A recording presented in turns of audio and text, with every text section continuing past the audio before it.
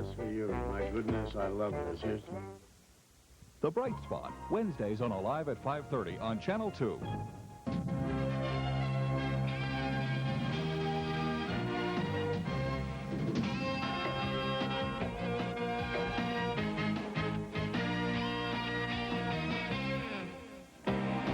Good afternoon, everyone, and welcome to Boston Red Sox baseball on the UPN 38 Red Sox Network. Today, on a gorgeous day at Fenway Park, it's the final game of this four-game series between the Red Sox and the Baltimore Orioles. Hello, everyone, and welcome. I'm Sean McDonough, along with Bob Montgomery. It's nice to have you with us as the Red Sox go for a sweep of this four-game set. They're looking for their 11th win in a row overall. As a result of this winning streak, the Red Sox now in command in the American League East. They lead the New York Yankees by 9 games. These Orioles now 13 games out and hoping for a wild card bid. Of course, the Yankees come to town the next 3 days for 3 ball games, and the Yankees are going to have to do some work over the remaining 46 games of the season. Sean, I think it's only fair that once we've reached the part of the season where you start scoreboard watching, I think it's reasonable to start looking at some numbers and talking about what the Red Sox can and cannot do and what the Yankees would have to do. Red Sox, with remaining 46 ball games, if they play 500, they would force the Yankees to play at a 700 pace or win 32 out of their next 46 ball games just to tie. Pretty tall mountain for anybody to climb. And a lot of streaks on the line here this afternoon, including the personal winning streak of Tim Wakefield. He goes to the mound today looking for his 10th straight win. Well, he's the pitcher that certainly all New England baseball fans want to see pitch, and I'm not so sure he's not the pitcher now that baseball fans everywhere want to watch pitch. He's done something that's absolutely incredible for a knuckleballer. He is among the league leaders in fewest walks per 9 innings. Of course, we know how tough he is in the earned run average department. He leads the major leagues with a 1.61 earned run average. Couple all that together, and he happens to be the 3rd toughest to hit in the American League with 217. No wonder they want to see the guy pitch. And today's starting pitchers are brought to you by your New England Toyota dealer. For Toyota value, it's simply the best. It will be Wakefield on the mound for the Red Sox, and he'll be opposed by Rick Krivda. Starting lineups and first pitch from Fenway Park in just a moment.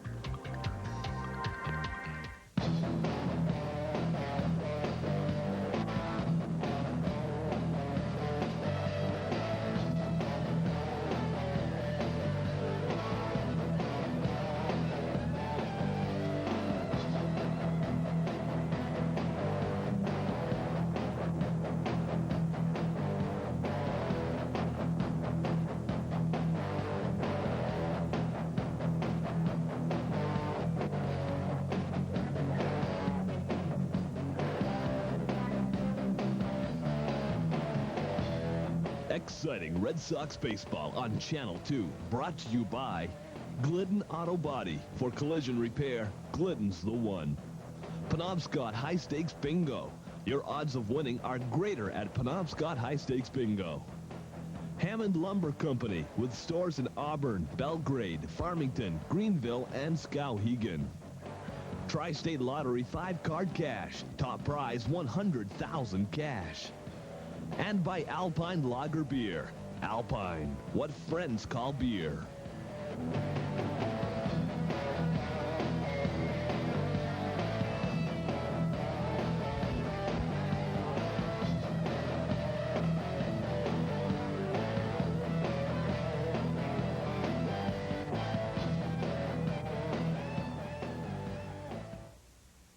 GM Pollock & Sons Jewelers is celebrating its anniversary with special prices on diamonds. Diamond Anniversary Band, just $479. Only at GM Pollock & Sons Jewelers.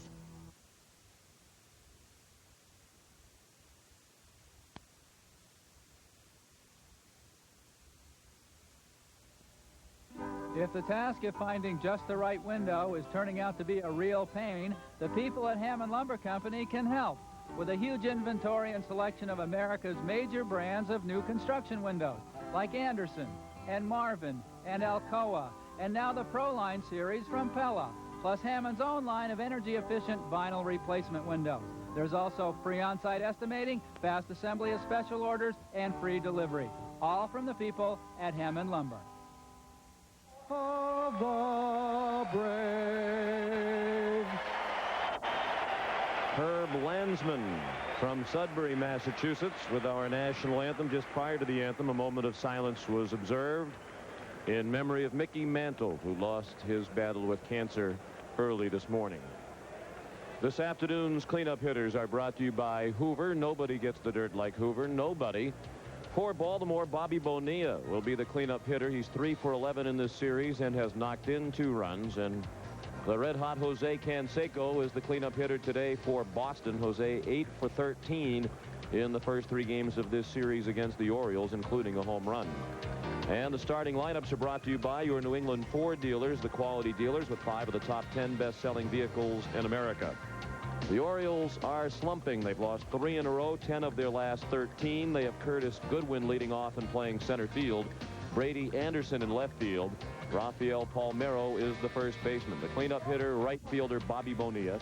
Cal Ripken is at shortstop. The DH Harold Baines bats 6th.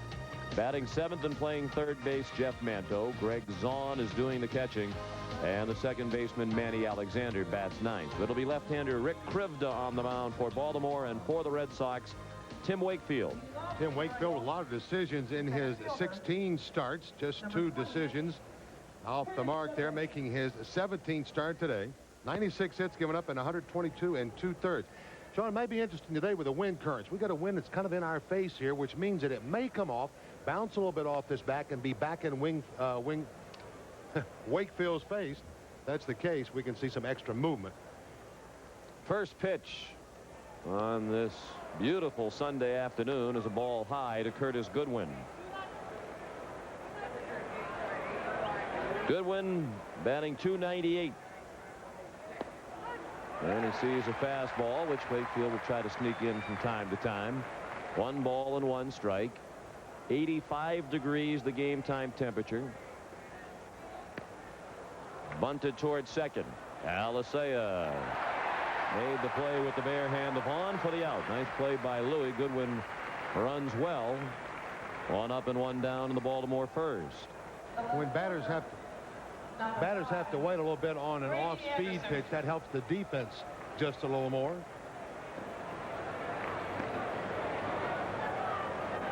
Now, you can see how early that was given up as far as the bunt. That gave the second baseman, Alicea, just a little bit of a head start and enabled him to make the play. That's just how much of a head start he needed to retire the speedy Goodwin.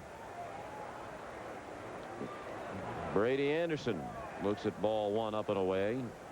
Like the Orioles collectively, Anderson mired in an individual slump that's dropped his average to .253, 11 homers, 44 runs batted in. He's 1 for his last 26. And even in the count now at 1 ball and 1 strike.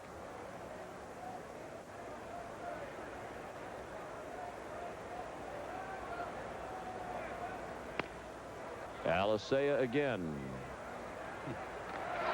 2 outs. Well, you've seen Alicea and Vaughn. The rest of the Red Sox defense has Mike Greenwell in left field this afternoon with Lee Tinsley in center and Willie McGee in right. Tim Naehring is back in the starting lineup at third base.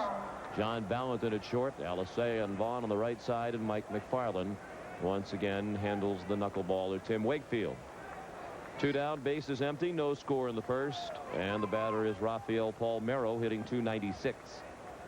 He leads the team in homers and runs batted in with 22 and 67 respectively, and he looked at ball 1 high.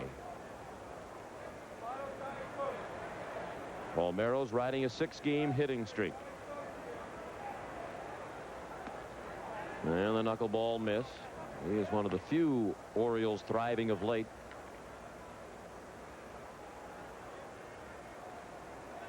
Orioles 6 games under 500 starting today's action at 46 and 52. It's the first time they've been this far under 500 since July 5th, more than a month ago for Phil Regan. Fastball on 3-0, and it's 3-1. And as you mentioned, Monty, Friday night, not only have the Orioles fallen out of the race in the East, but they're making it very difficult on themselves now in the wild card picture as well. Little pop-up, shallow left. Greenwell makes the running catch, and Wakefield has an easy 1-2-3 first. After a half inning, no score.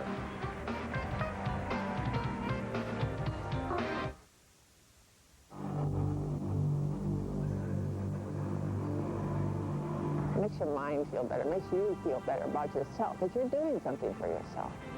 Now, some people like to go out and talk the whole time. I enjoy that once in a while. think of it as exercising. Think of it as going out and going for a walk. Sign up for the Maine Senior Games, September 8th and 9th in Bangor. Call the Eastern Agency on Aging at 1-800-432-7812. Hi, I'm Blossom. Anyone who thinks that jumping out of an airplane is scary has never been a girl in high school. I have to deal with gross gym clothes, my brother, the space cadet, kissing boys, prom clothes, teachers with bad breath. Oh no, I broke a nail. Blossom, coming to weekday afternoons this fall on Channel 2.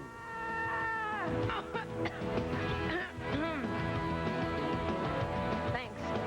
As the Red Sox go for their 11th straight win, they have Willie McGee leading off and playing right field. John Valentin is at short. Mo Vaughn, the first baseman, hits third. The cleanup hitter is DH Jose Canseco. Mike Greenwell is in left field. Tim Naring returns to action at third base, batting sixth. The catcher, Mike McFarland, hits seventh. Lee Tinsley is the center fielder. And Luis Alicea, the second baseman, bats ninth against left-hander Rick Krivda. The rookie left-hander is making his 5th start for the Baltimore Orioles. Really hasn't pitched that badly. 0-1 with a couple of no decisions in his last 3 outings. Earned run average not all that bad. You notice the hit columns and innings pitched. This is the first time in his career, if he were to go to the end of this year with more hits than innings pitched, it'll be the first time in his professional career that he has done that. He's not an overpowering pitcher. Has a fastball. It's about average, maybe a little bit below. Has a curveball where he gets a lot of his strikeouts, and he's had a lot of those in his minor league career. But they tell me his best pitch is his changeup.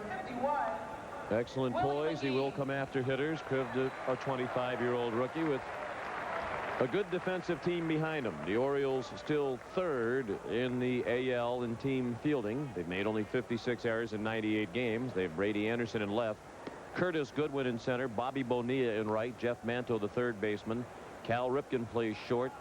Manny Alexander at second, Rafael Palmeiro at first, and Greg Zahn will handle the tosses of Rick Krivda this afternoon. The Orioles went in order in the first. Here's Willie McGee. Troy O'Leary not in the starting lineup today against the lefty. McGee batting .330 overall and hitting .441 right-handed.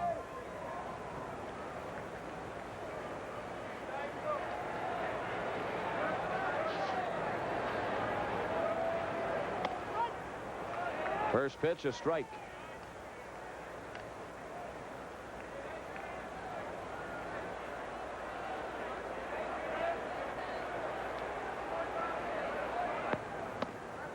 And the fastball missed outside. 1 ball and 1 strike.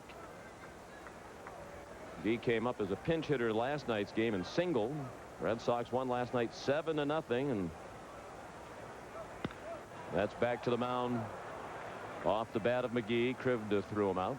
And the best news of all last night, the performance of Roger Clemens. Even though the Red Sox have been winning, there's been that sinking feeling in the back of some fans' minds. Well, they need to get Clemens going, and if only he would get going, then they'd really be in good shape. Well, it looks like he is starting to get it going. He pitched beautifully last night, and I put emphasis on the word pitched.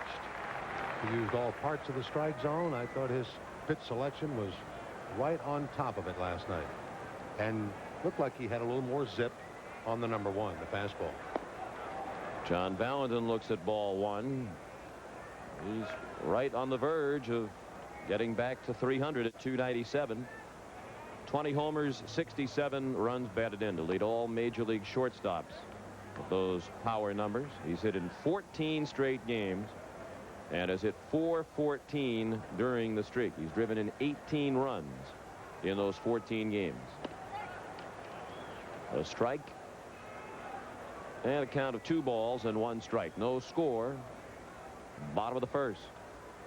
Another capacity crowd on hand here at Fenway. There's the good changeup Monty was talking about. 2-2. What a hand Tim Wakefield received before the game when he was introduced as today's starting pitcher. I don't even have to see him to appreciate his efforts.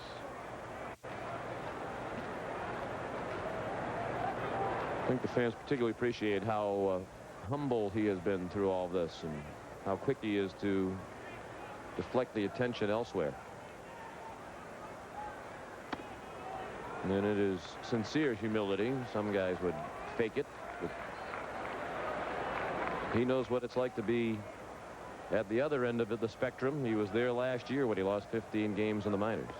And Valentin walks on a 3-2 that was low. He's the first base runner of the ball game. The first baseman, number 42, Mo Vaughn. He's fairly popular here as well. Batting .302, 29 homers, 88 runs batted in. With a 13-game hitting streak snapped on Friday night. Bounced back with a hit last night. He's hit in 14 of his last 15. And in 28 of his last 30. Facing Krivda for the first time.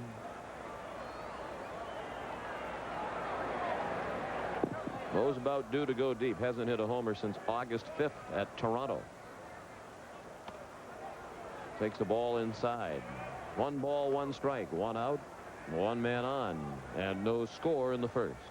Sure, the Red Sox have a copy of the notes just as we do. Their base runners would be taking a little, maybe a little extra lead on Krivda. He has been called for 3 balks already, making just his 5th start. Vaughn with a base hit. Valentin round second. He'll head for third and get there as Bonilla throws it in a second. The hit dog continues to hit, and the Red Sox are out quickly here in the first with first and third and 1 out. I was talking to Mo Vaughn in the clubhouse before the game today. I said, you got yourself a left-hander today, but one that can't really kind of overpower you. Probably see the ball pretty well off of him. And he says, hey, it's about my turn to get something going here once again. And that's bonus time there.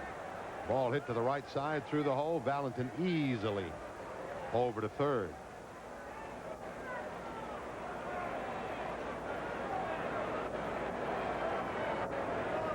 Now another red-hot hitter, Jose Canseco. You saw at the top of the telecast, he's 8 for 13 in this series to raise his average up to .291. 12 homers, 44 runs batted in. Ball 1 low. I recall that when Jose went down to Pawtucket for his rehab, he had the much ballyhooed episode with the fans. The fans got on him. Jose didn't appreciate it. Well, the pitcher who started it all was Rick Krivda, the man on the mound. He was then pitching for Rochester. Jose said he had a very tough time picking up his left-handed tosses out of the background there at McCoy Stadium. Jose fanned a couple of times. Fans got on him, and the rest, as they say, is history. And in case of that episode, not very pleasant history for Jose or the good folks of Pawtucket. Krivda says, I'm not going to let this guy come down here and wax me around. Looks like Jose has really opened up his stance against Krivda with that front foot pointing toward the third base bag. 1-2 is the count. Well, you mentioned earlier, Krivda is not afraid of working inside. Those numbers pretty impressive there for Canseco, delivering runners from third with less than 2 outs. Canseco has been wearing some soft spots on that left shin and instep.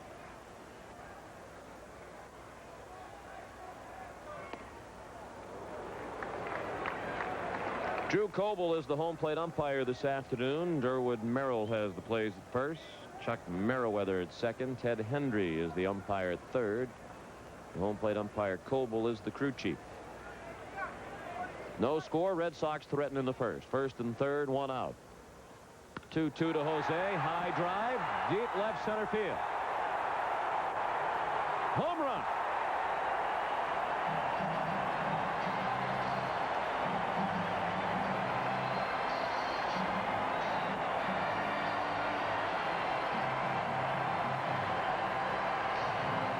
I think Jose would be happy to let Krivda get the better of it at the AAA level as long as Jose is able to exact his revenge when it matters most. Right in the heart of the strike zone. That ball there, that throw just made for doing exactly what Canseco did to him. Looks at the bat like he hit it a little bit down on the label. I don't think Canseco thought he had enough of it from looking at that first part of the replay that it was out of here. But it was. It settled about a third of the way up in the screen in left field. Canseco has hit his 13th homer of the year, and he's driven in 47. And the beat goes on here at Fenway. Canseco had to get that ball up through a pretty stiff breeze blowing in. It's been a hitter's wind blowing out throughout this homestand, but not today. Crived to Mike Greenwell. Looping breaking ball missed. Greenwell, the 5th batter of the inning, still just 1 out. Mike's at 298, trying to get back above 300. 9 homers, 46 runs batted in. Pretty well hit to center. Goodwin. 2 down.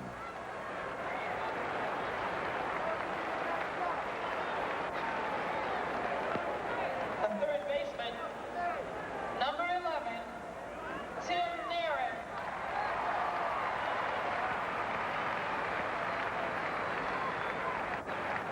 And a nice hand for Tim Naring as he returns to the starting lineup. He has not played the last 4 games with a back problem. Red Sox winning.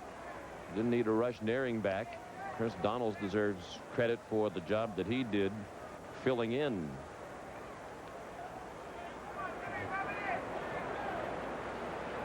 Naring batting .313.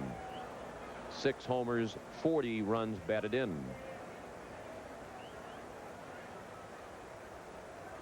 He has spent most of the year in the top 10 in the American League in hitting. He is not now in the top 10. He's 6 points behind Frank Thomas in 10th place at .319.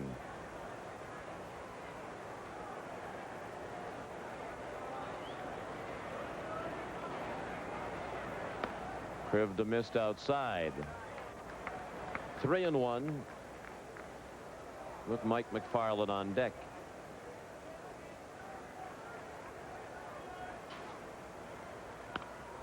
And a pop up along the first baseline. Palmeiro drifts into foul ground to end the inning, but the Red Sox get 3 on the Canseco home run. After an inning at Fenway Park, Boston 3 and Baltimore nothing.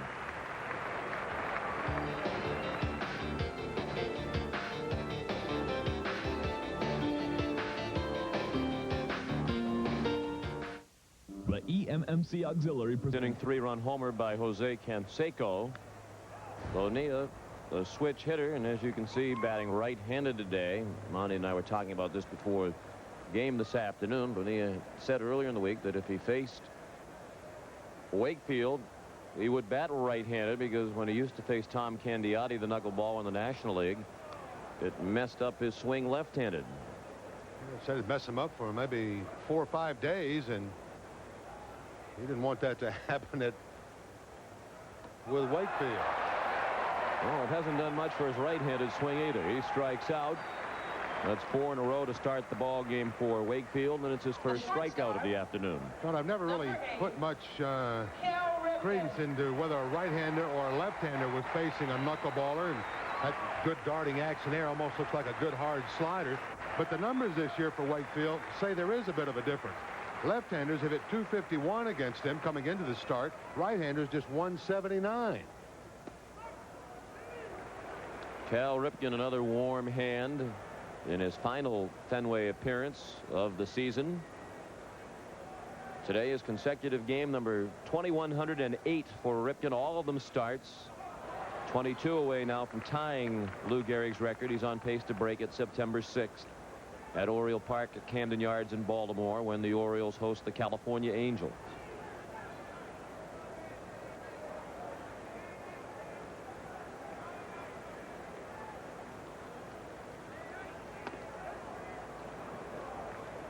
Streak began in 1982. Ripken has played every game of every season 12 times.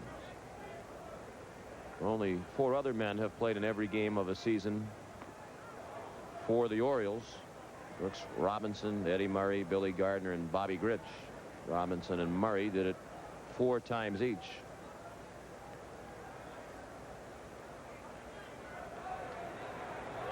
The 2-2 hit well to left. Greenwell right in front of the pads made the catch.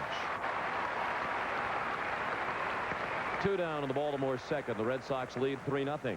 Number 3, I don't know how you can ever really put that long of a streak in perspective when you talk about guys like Robinson and Murray.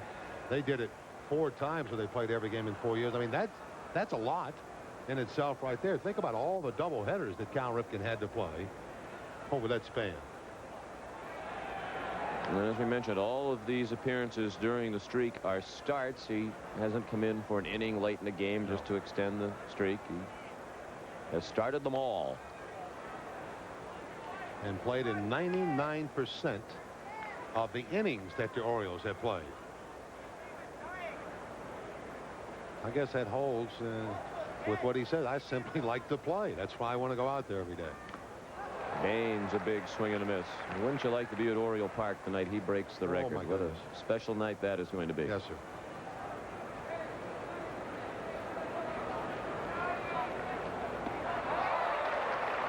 Baines waved to the breaking ball, the knuckleball. 2 balls, 2 strikes. Heralded an even 300. 17 homers, 42 runs batted in. And he lifts that to left. Routine fly for Greenwell. Another 1-2-3 inning for Wakefield. He's retired the first 6 Orioles this afternoon. After an inning and a half, Boston 3 and Baltimore nothing. Possible by the Yawkey Foundation, 9X, and Ocean Spray. And friends, we remind you that this copyrighted telecast is presented by the authority of the Boston Red Sox and UPN 38. It's intended solely for the private non-commercial use of our audience. Any publication, reproduction, retransmission, or other use of the pictures, descriptions, and accounts of this game without the express written consent of the Boston Red Sox and UPN 38 is prohibited. Beautiful blue sky over downtown Boston. And the good times continue to roll for the Red Sox. They're out quickly this afternoon to a 3-0 lead behind Tim Wakefield. And a 3-run homer by Jose Canseco in the first. Mike McFarland begins the second against the rookie left-hander Rick Krivda. And Mike looked at a ball low and in. He's raised his average to 223. 13 homers, 39 knocked in. Ball 2. Bottom third of the order. McFarland, Tinsley, and Alicea due up. Red Sox not only trying to sweep this series and extend their winning streak to 11, but they're trying to sweep all 6 games played between these 2 teams this year at Fenway. They're 5-0 here against Baltimore, having won 2 games played here back in May and the first 3 games of this weekend's series.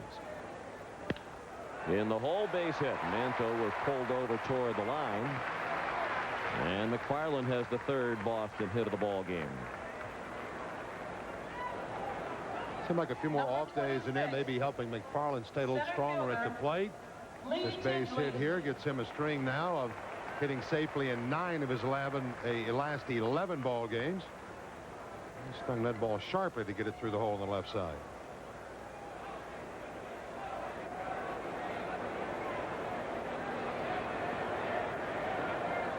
Lee Tinsley batting 8th this afternoon with McGee, the leadoff hitter. Lee takes ball 1 low and in. He's at 297. 6 homers, 37 runs batted in.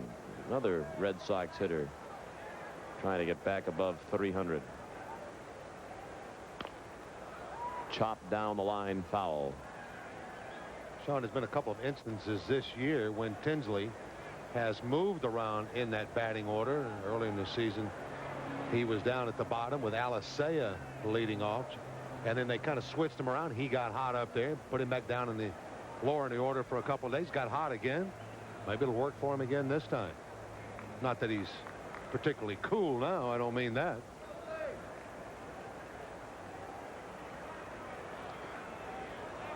Krivda to first.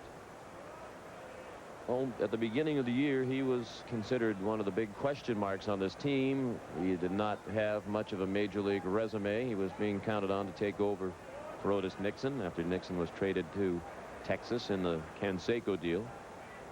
Once he demonstrated he could handle playing and hitting at this level on a regular basis, the Red Sox put him up into the leadoff spot. And for the most part, he has done very well there. They would like him to make more regular contact. He strikes out a bit too often for Kevin Kennedy.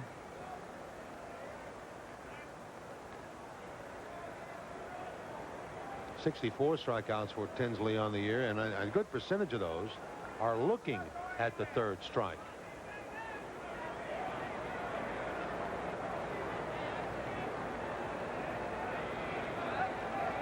The 1-2 pitch fouled onto the screen. Red Sox 10-game winning streak is the longest in the majors this year. The last time Boston won 10 in a row was in 1993, July 15th to the 24th. They also ran off a 10-game winning streak late August and early September of 1990.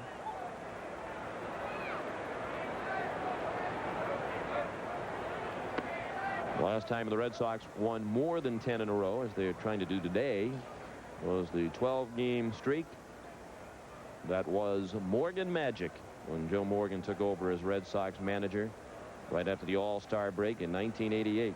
The Red Sox won first 12 games for Joe Morgan and 19 of his first 20. And those days were a lot like these days, where every game seemed to be exciting, and you just had the feeling every day the Red Sox took the field, they were going to win. Yeah, and you didn't know which guy was going to be responsible for that win, one way or the other, or a group of guys. When you get on that string that the Red Sox are on here and the few strings that they've been on in the past, you know you're going to win. It's just a question of what the score is going to be. Tinsley fouled it off.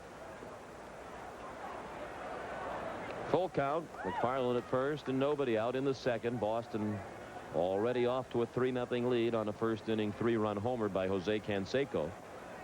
During this 10-game winning streak, the Red Sox have scored at least 5 runs in all 10 games. They came off the last successful road trip talking about the need to fare better at home, and they certainly have done that on this homestand. Fouled out of play to the right near the Channel 38 box. Actually into the Channel 38 box. On the first base side. Well, we've got some good fielding guests over there. Yes, we do. The ball did not get out of there.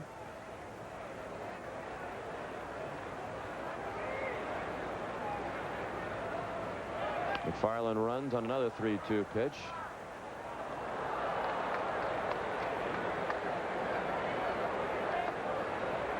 Well, we have a moment. We want to send along happy birthday wishes to Louis Spina of Revere, retired Boston police officer. He's 75 years old and is the father of one of our favorite people, Guy Spina, who is the press box attendant here at Fenway Park. So happy birthday to Mr. Spina, and I'm sure he's very proud of the kind of man that his son is. He's a good guy, Guy. That's into the press box. Tinsley has good aim with the Channel 38 private box, and then he sprayed one just off to our right through an open window. Guess what? The red light's on and it's aimed at us.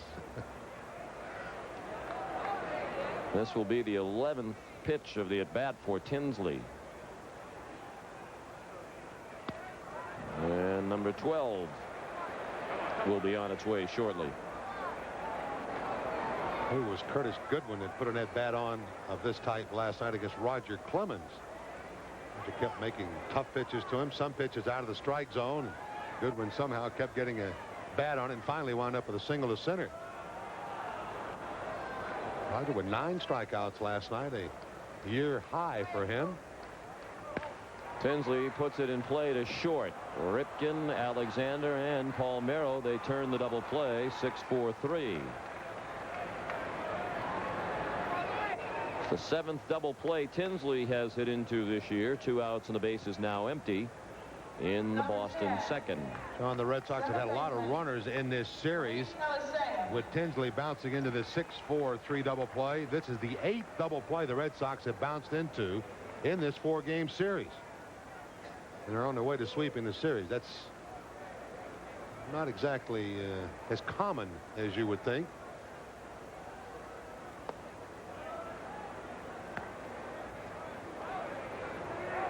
Getting into that many double plays, that is, and winning 3 games is what I'm referring to. Luis Alicea, the hitter. 1-1 the count. Red Sox lead 3-0 in the second.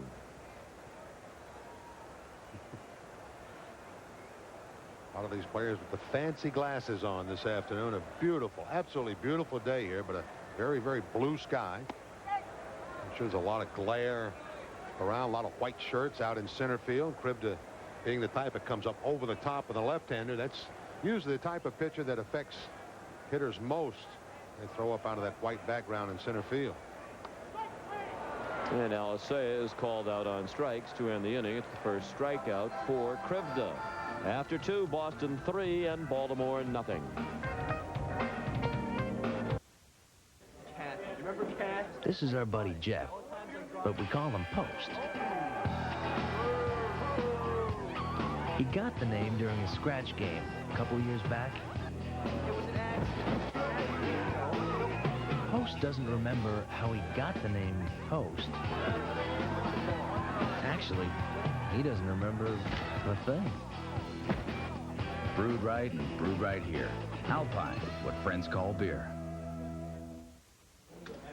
Most of us feel pretty safe when we're at work. But every year, highway and utility workers are injured or killed on the job. That's because drivers aren't careful and don't slow down when they approach work zones. Think about it. How would you like it if someone drove through your workplace at 65 miles an hour? Work zone crews are just doing their job. Protect Maine's workers. Give them a break. The Red Sox with the 10-game winning streak, now 20 games above 500. They are 59-39. They lead New York by 9 in the American League East. The Yankees are here for 3 beginning tomorrow. In the American League Central, still Cleveland dominating the field. Milwaukee and Kansas City hoping for a wild card bid. And out west, it's California by 10 over Texas and 10.5 over Seattle. Texas and Seattle very much a part of the wild card picture. National League East, Atlanta by 13.5 over Philadelphia. Florida's won 5 in a row. National League Central, Cincinnati has lost 3 straight. They still lead Houston by 6.5. And in the National League West, Colorado and Los Angeles in a dead heat, tied for first with identical records of 53 and 46. Both teams won last night. Rockies managing to win for just the 4th time in their history in 32 tries against the Atlanta Braves. They won at Atlanta. They're 4-28 in their history against the Braves. First pitch of the 3rd, a strike to Jeff Manto, the 3rd baseman. Orioles are still looking for their first base runner. They trail 3-0. Manto hits it in the air to center. Another ball that certainly did not get helped by the breeze, probably knocked down a bit. 1 out in the 3rd. See how the Dodgers won their game last night to stay tied for first with Colorado. It was a wild back and forth game with Pittsburgh in extra innings. The teams kept scoring. Finally, the Dodgers won it when they had a runner at 3rd in extra innings, and the Pittsburgh catcher scooped up the ball in his mask. And as you well know, you can't do that. Not allowed. Not fair. It's illegal. 2 base advancement. Base advancement. That's right. And when the runner is at 3rd with the winning run, that's all he needs. They can play carryover. They got to start with 1 at first today. 2-0 the count on Greg Zaun, the nephew of former Baltimore catcher Rick Dempsey, hitting .263, 3 homers, 12 runs batted in. The Dodgers have had quite a week. They win the game like that last night. They forfeited a game earlier in the week. The umpires lost control of the proceedings. Fans bombarded the playing field with baseballs. Sounded like a broken bat for Zaun. Tinsley's there again. Orioles are hitting the ball in the air against Wakefield today. The last 4 batters have flied out, and 5 of the 8 men retired by Wakefield have been on fly balls to the outfield. Yeah, only 2 ground ball outs so far for Wakefield, and usually by about this time he's had 5. And regardless of how the outs are posted. It's 8 up and 8 down to this point for Baltimore. Here's the number 9 batter, Manny Alexander, who took ball 1 just inside. He's hitting .262 with 3 home runs and 21 runs batted in. Red Sox lead 3-0 in the third. Talking about Atlanta and Colorado, what's that old baseball saying? Good pitching always stops good hitting. The Rockies leading the National League with a .284 team batting average, but the Atlanta Braves lead with a 3.45 earned run average. So that pitching staff pretty well clocks up against the Colorado Rockies. Rockies are having some guys with some great offensive years once again.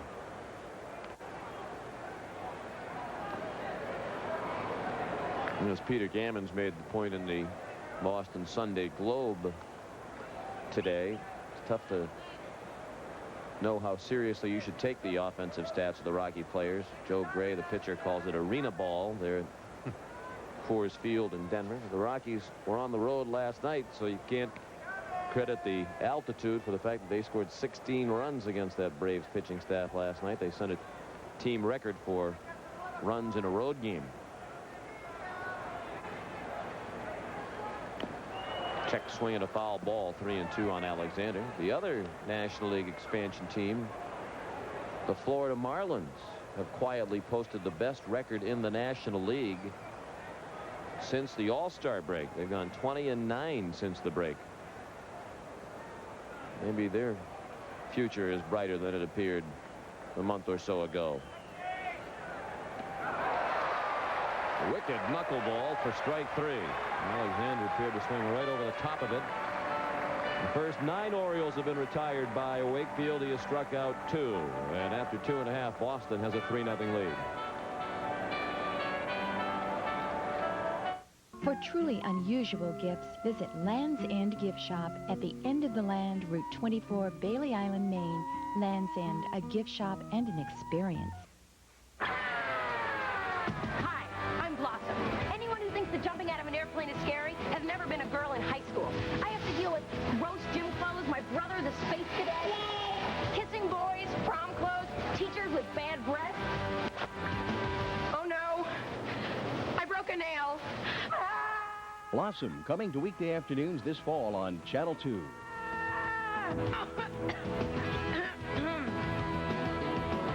Thanks.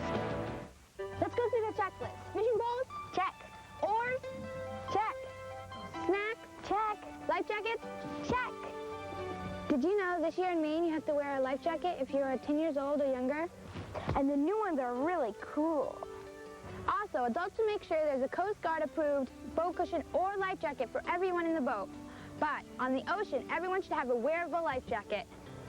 Did you bring the worm? Oops.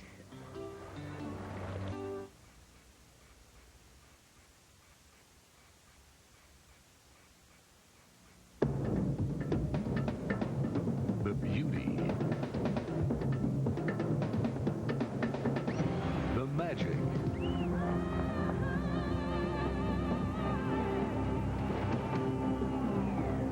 the power,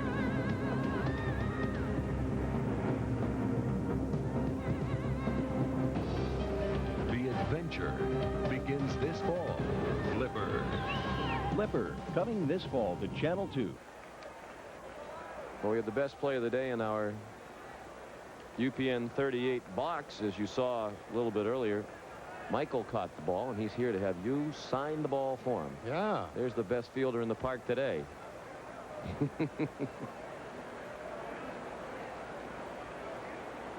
And getting a lot of airtime today, Michael. There you go. You're right there. He was a very honest young man, though. I asked him if he caught it, and he said no. Most of us would have said yes. He's only interested in one thing. He's got the ball. That's right. Willie McGee begins the Boston third, top of the order for the Red Sox. They try to build on this 3-0 lead. Red Sox got all 3 in the first on a 3-run homer by Jose Canseco against Rick Krivda.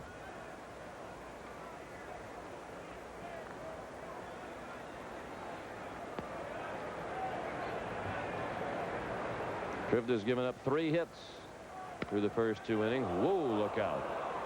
Line drive that hit the top of the Red Sox dugout, ricocheted back out onto the field. right over the head of Johnny Pesky and Tim Johnson. There's where it hit, says Tim Johnson. He's a funny guy, Tim Johnson. You don't get out of the way of those. You just get lucky and don't get hit. That's all. Expecting to see a few white tiles come out of there, but none. Breaking ball bounced the other way. Well, that's what you get when Willie McGee is up there, especially right-handed. And he just hits a P to the right off the Red Sox dugout face and then pulls that one foul down the left side.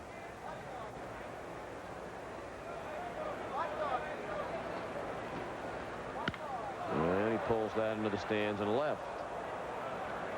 Hitting it sharply to all fields foul. Now I want to try to put it in fair territory with something behind it.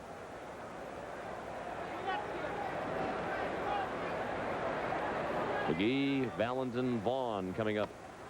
Fastball just missed. Looked like Drew Coble was thinking about ringing him up and thought better of it.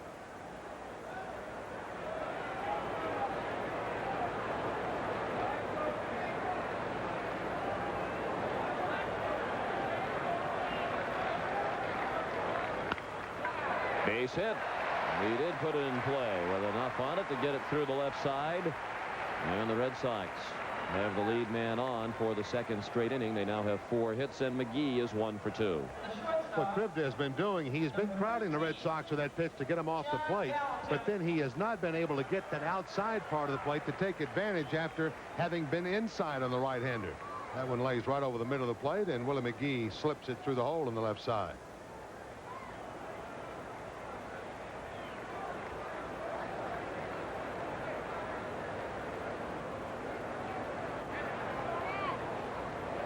And they have picked McGee off. And they dropped the throw. Alexander couldn't handle the throw from Palmeiro. McGee slowed down and then picked it back up. And it looked like had Willie run full speed, it was going to be a close play anyway. He didn't realize that he was so far along towards second base that even though they had him picked off, he had a chance to go. You can see him right here start to ease up a little and then pick it back up. He's safe. The throw was definitely to the inside of the bag, but I wonder if the throw may have come across McGee coming down the line. Maybe Alexander didn't see it all the way. That's a ball that looked like that Alexander could have caught, although it was not a particularly accurately made throw by Palmeiro. And Valentin now trying to hit it to the right side. Fouls it off for strike 1. John walked and scored on the Canseco homer in the first. So I guess since you can't assume anything, it's just a stolen base for Willie McGee. Well, they haven't made an announcement yet. And they have credited him with a stolen base. His 4th. I think that's one of those scoring rules that kind of stinks. You can't assume he was going to be out if that ball had been caught. I think that's a fairly safe assumption.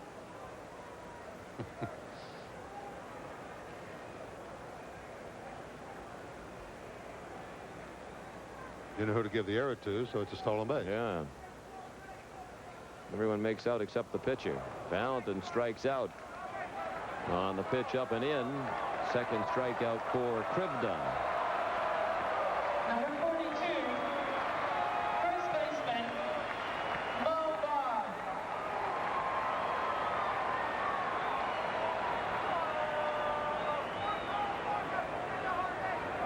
Mo Vaughn singled to right field in the first and scored on the home run by Canseco. Jose's on deck. Red Sox still lead 3-0 with McGee at second and 1 out in the third.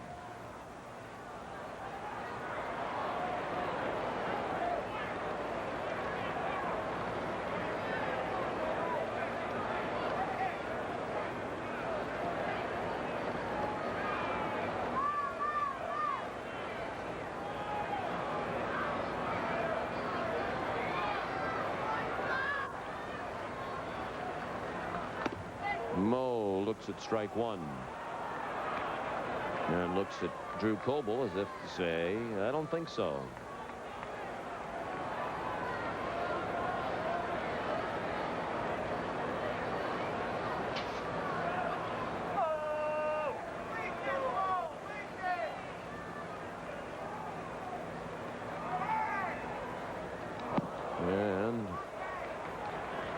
That's foul ball.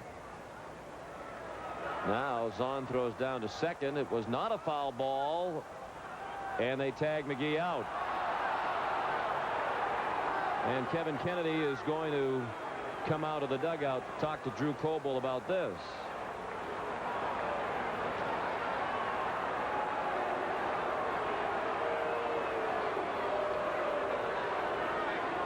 Drew Cole was right. He never indicated foul ball at all. Willie McGee did break for third. Looked like he was almost all the way over to third. And I didn't think it was a foul ball. Looked like it could have been a cross-up, perhaps. No, it's really McGee's fault. I mean, that's right. If you have any doubts, run to third and stay there. Let them send you back. Yeah. No contact there by bat or glove. And the catcher just missed the ball. Yeah. Well, we've seen some interesting plays. He should have been picked off anyway, so I guess it's justice for Krivda and the Orioles. Now it's 0-2 on Vaughn. And that ends the inning. And what an inning it was. After 3-0 Boston.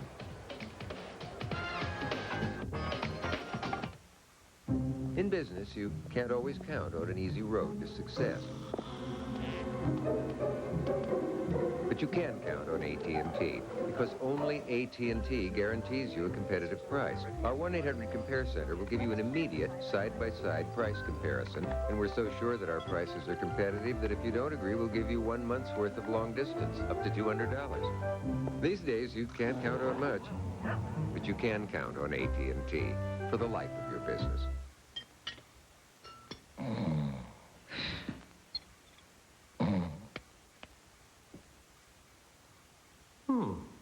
Would you look at that?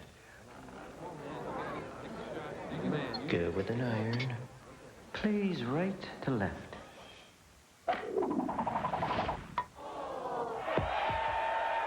It's on your mind. It's on our cans. The Michelob Golfers 18-pack.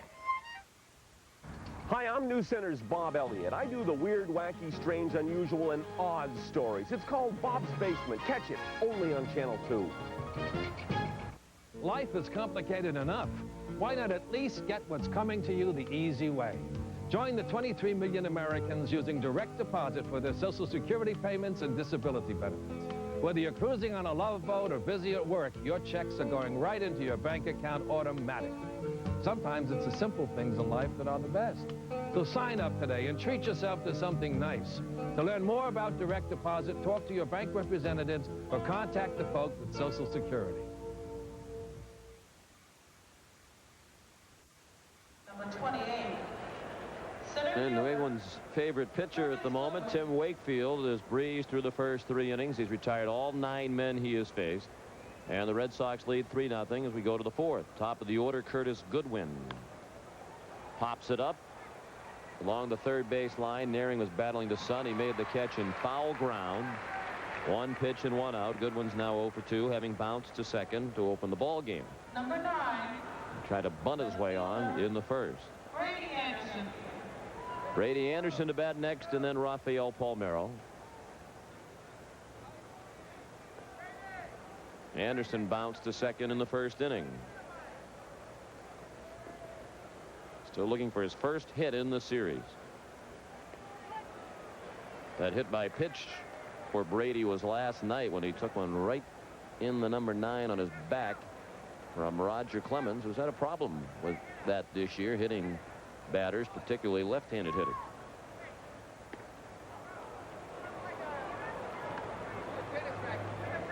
Rogers hit 12 batters this year. 11 of them have been left-handed. What does he have against lefties? You're left-handed. Not a very high batting average against him, I wouldn't think. He hits most of them. Well, I should say you do some things left-handed. Of course, people will remember you as a player, throwing and batting right-handed. Well, that's debatable whether they remember me as a player or not, but vividly. If they do remember, it would be that I was right-handed. I ask that often. Someone will see me signing something left-handed, and they say, well, wait a minute, weren't you a catcher? And, of course, the first thing that jumps out of their mind when they see you right left-handed, they think you perhaps throw left-handed. Brooks Robinson was an all right-handed baseball player and signed left-handed. And Anderson walks, so even though he hasn't had a hit in the series, he has been getting on base regularly. That's the 5th time he has walked in the 4 games. And the Orioles have their first base runner. 3-2 pitch from Wakefield missed for ball 4. And up steps Rafael Palmeiro, who flied to left in the 1st.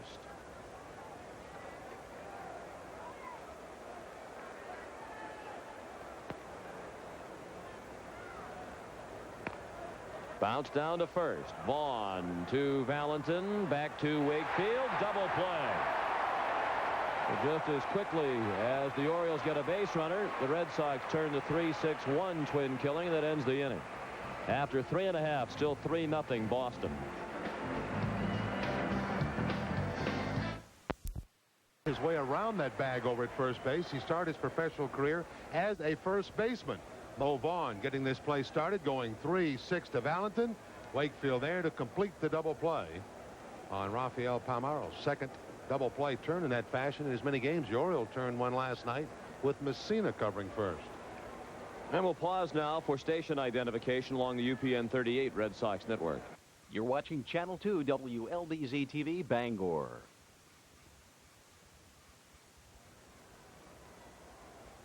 With Bob Montgomery, Sean McDonough, our producer-director is John Wilson. Happy to have you with us. At Fenway Park, glorious Sunday afternoon. The Red Sox looking for a 4-game sweep of the Orioles, in large part thanks to the work of Jose Canseco this weekend, including this afternoon. His 9th hit in this series, a 3-run homer in the 1st. That has accounted for all of the scoring in this game. Middle third of the order, Canseco, Greenwell, and Naring coming up against Rick Krivda. Pretty good looking breaking ball. Kurt Coble might have given up on that a bit early. Sometimes hitters don't know their own strength. Canseco here, he just gives you the idea that, wow, I just popped that up. Looking at the bat as if it was not hit very well. He did pop that one up.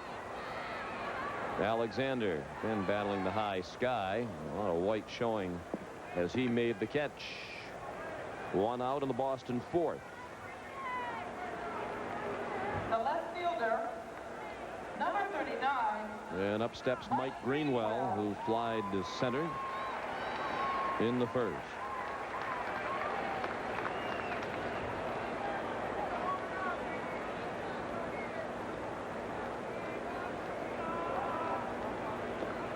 Krivda bounced it up there. Krivda is a lifelong resident of McKeesport, Pennsylvania. And he attended that baseball factory, California University of Pennsylvania. Now, wait a minute. You haven't heard of CUFP? Matter of fact, when I read that in the press guide last night, doing some work on Krivda, I wonder if this is a misprint. University of California in Pennsylvania. It's California University. There's Indiana University of Pennsylvania also. There's a deep drive to center. And again, Goodwin makes the catch. A couple of the balls that Greenwell hit them in the first 4 or 5 games of this homestand. Might have had a chance to get up on the wall or over it with help from the breeze, but today that's into a stiff breeze, and you saw the frustration of Greenwell as he went into the dugout. You can see he took a load of his frustration out on the bag down at first base. He gave that a pretty good kicking. Now Tim Naring, who popped out to the first baseman Palmeiro in foul ground to end the 1st. Red Sox lead 3-0 in the 4th. Little lob shallow right. Bonilla can't get it. Naring 1 for 2 in his return to action for the first time in 5 games. He had missed the last 4. Last couple of days, Tim didn't really know how his back was going to feel until after he took batting practice. This one kind of gets in on his hands a bit, but he's able to strong arm it, push it off of himself, and have it dumped just in front of the right fielder, Bobby Bonilla. I think no one who's ever had the spasm problems with their back can ever really know what you feel when you go through that. I certainly can feel for Tim Nearing. You have those spasms attack you, then your back has a period that it's just simply weak. You feel a lot better after the spasms go away, but the back is just not strong. He's battling a bit of that now. Tim does not have a stolen base this year. Mike McFarland looked at ball one high. Mike singled to left in the second. With the bloop hit by Nearing, Boston now with 5 hits. And the Orioles still do not have one.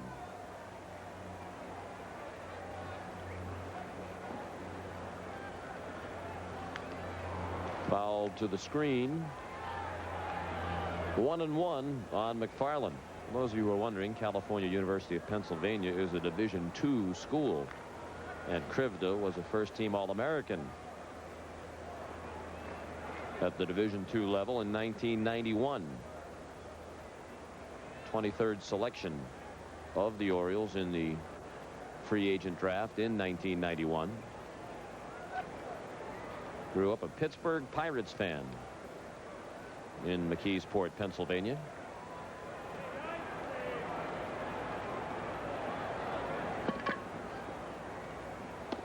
His 1-1 pitch missed. And it's 2-1. If McFarland can keep the inning going, Lee Tinsley would bat next.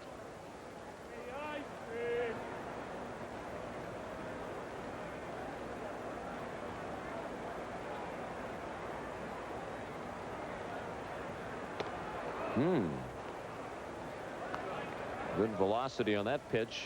Krivda not ordinarily a hard thrower, but he managed to sneak this one by McFarland. His fastball perhaps appears a little quicker to a hitter after seeing some of those off-speed curveballs. Line to center, and again the breeze helps to kill it, and it settles into the glove of Goodwin for the final out of the inning. Red Sox strand a runner. That's the first man they've left on base, and after 4, it's Boston 3 and Baltimore nothing.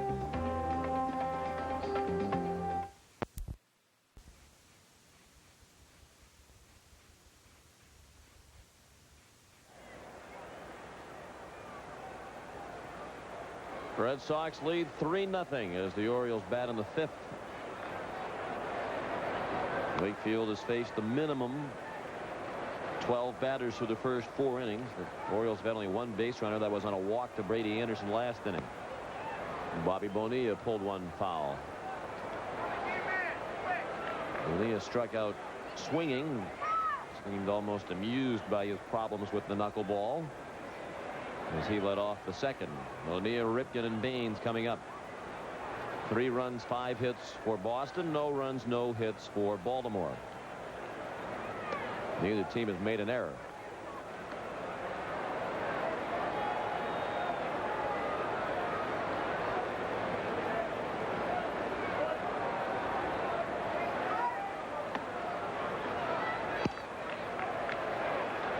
An uncharacteristic fastball there from Wakefield to a power hitter, leading 3-0, of course.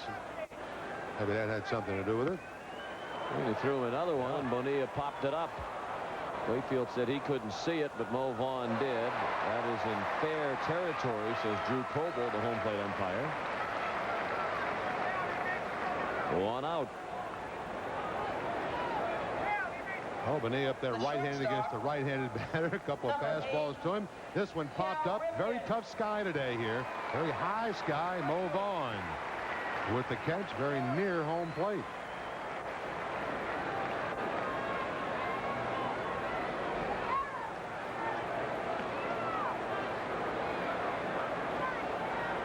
Cal Ripken tried to bunt and fouled it off. Cal lined to left in the second. The hardest hit ball off Wakefield at this point sent Greenwell right back in front of the fence.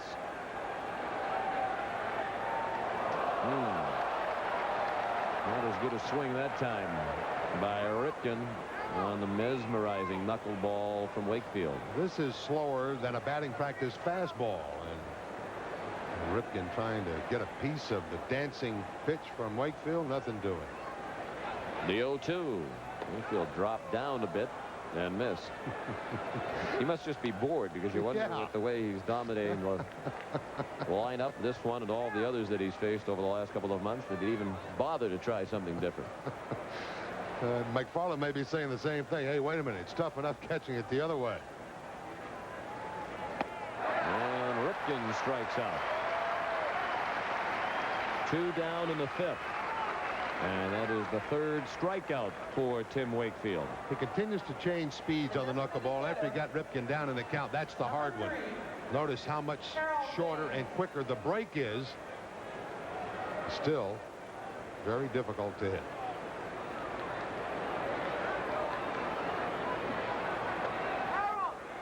Harold Baines. Slide to left in the 2nd. He looked at ball 1. Red Sox lead 3-0, top of the 5th. The hit's 5-0 in favor of Boston. Ball just outside. McFarland couldn't squeeze it. It's easier for us to sit on the side and talk about, but you would wonder what would happen if some lineup against Wakefield would just say, hey, we're not going to swing until we get 2 strikes on us. That was not the case with Baines. He bounced the 2-0 to short. Valentin threw him out. And Wakefield still has faced only the minimum 15 men through 5 innings. 3-0 Boston.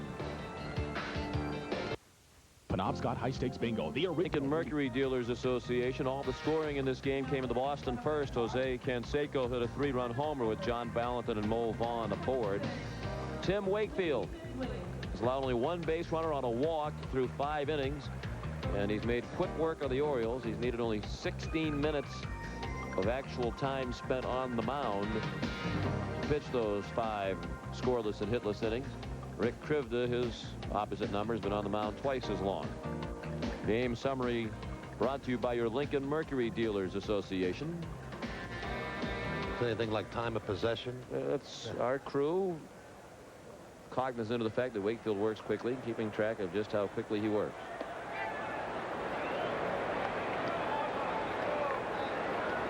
And our crew likes it. Lee Tinsley bounced into a 6-4-3 double play in the 2nd. Luis Alicea, Willie McGee to follow. Tinsley's quickly in the hole 0-2 as he dribbles that one foul off 3rd.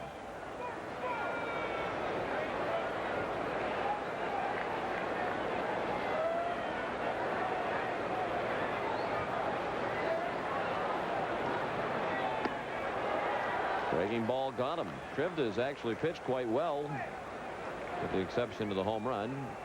Of course, that's a large exception, but since then he has had a very easy time of it with the Red Sox lineup. John, as I mentioned when he started this ball game today, he really has not pitched that badly since joining the Orioles. His earned run average coming in this ball game today at 3.91. He gets the ball around the plate. 1992, he split his year between Kane County and Frederick. That year he struck out 188 batters in 172 innings, 173 innings.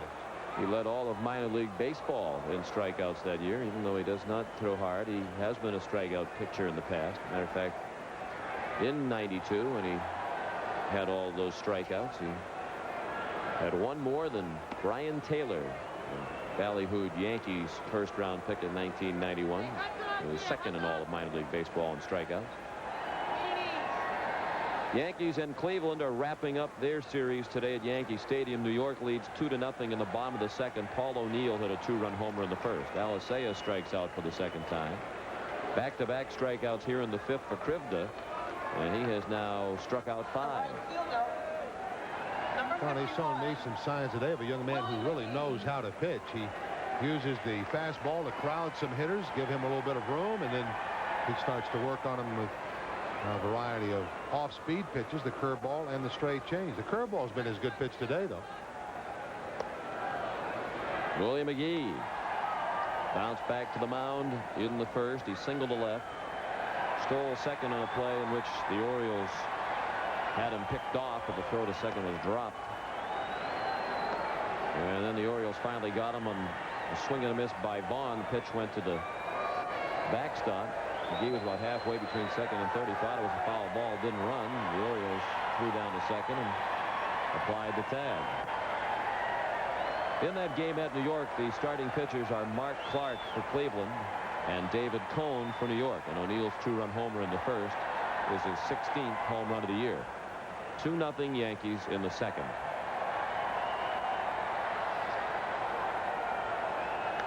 McGee, a late swing and a foul ball off to the right. Pitching matchups are set for the 3-game series with the Yankees beginning tomorrow night at 7 o'clock on Nesson. Eric Hansen against Scott Kamenicki.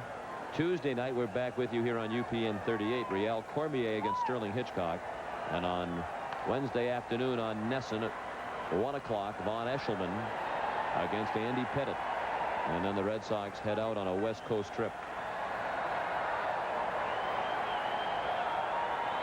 Kevin Kennedy and his coaching staff had their pitching rotation adjusted just a bit so they could get a pair of left-handers working in that series against New York. And they hope that on this road trip they'll have Aaron Seeley join them. He had another rehab start last night, pitched 5 2/3 innings without incident. And his return should be just around the corner.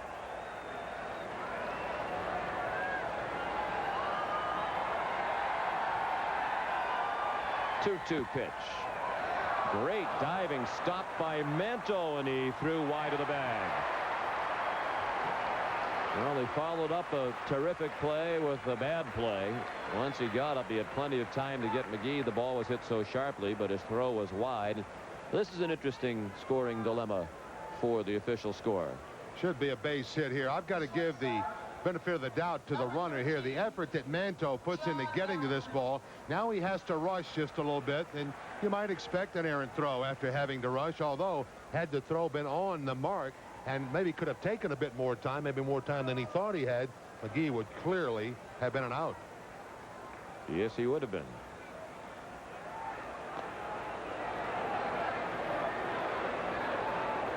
And granted, he made a great play, but once he got up to his feet, the stop that he made has nothing to do with it. The throw should have been on the money, and he should have been out. But it is a hit. It is a hit.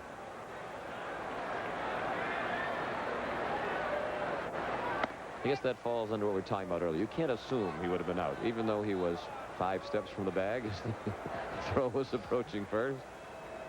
Valentin got a scorekeeping hit last night on the ball he hit to Ripken at shortstop. Yeah, I don't think any of these Red Sox hitters are ever going to be upset with the scoring here at home. Shouldn't be. Orioles pitch out. McGee's at first with 2 outs in the 5th. Red Sox lead 3-0. They're now hitting the Orioles 6-0. John Valentin walked and scored on the Canseco 3-run homer in the first. He struck out swinging in the 3rd.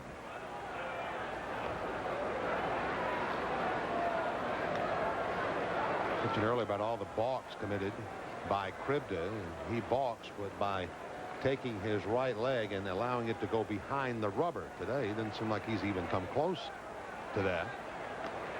So I'm sure Mike Flanagan, the left-hander in his own right, has been working with Krivda with that move.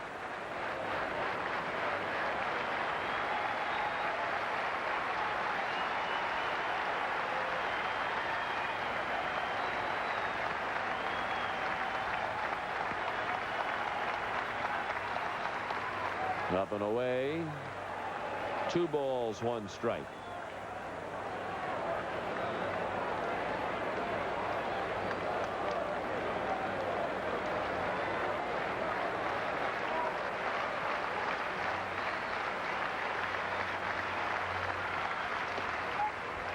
And strike 2. 2-2 with 2 outs, and McGee at first in the 5th. 3-0 Red Sox. One thing that allowed Jimmy Key to have such a great move, his knee would go behind the rubber, but his foot would not go behind the rubber. From this angle here, you can see Krivda's action if he throws to first. At that time, you could see where the foot went behind the rubber. Once that pickup leg goes behind the rubber, he must throw to the plate then.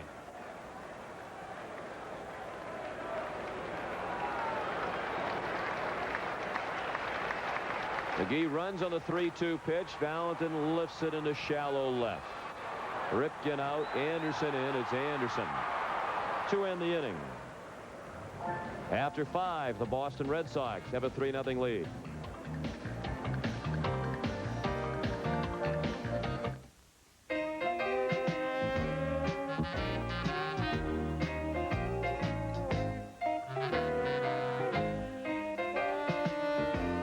Let's face it, Mo Vaughn can sock it anywhere he wants.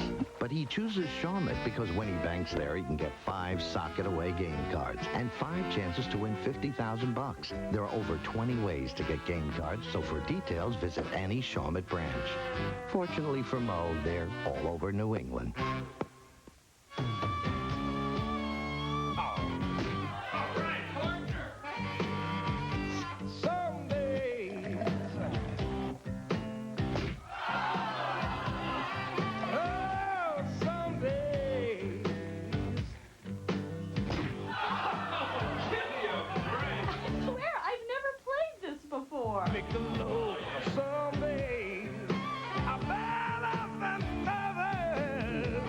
My name is Kramer. You're not normal. What do you say about a guy like this, huh? His buttocks are sublime. Said I was a hipster doofus. Can't you see I'm burned out? My boys need a house. Yo, ma. I'm Kramer. 5 times a week. Oh, baby.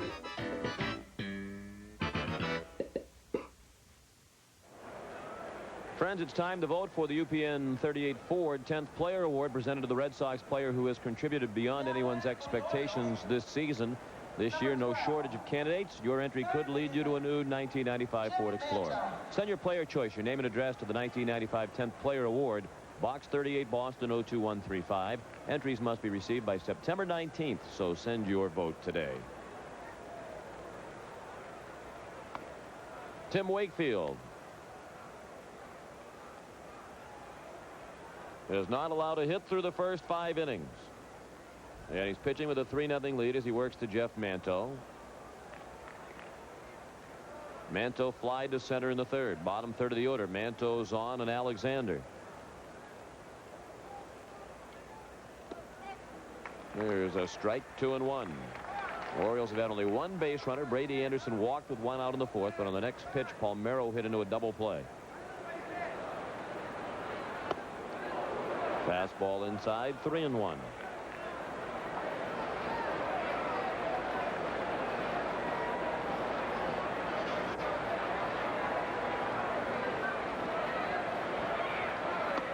And he missed low. So he walks the leadoff man on 5 pitches. I mentioned before, I know why batters don't do that. You have such a fear of getting behind in the count quickly to a knuckleballer. And once you do that, you have almost no chance of making up the ground. But I also am surprised that more lineups have not forced Wakefield to throw more pitches. Rarely do you ever see him hit with a strike on them.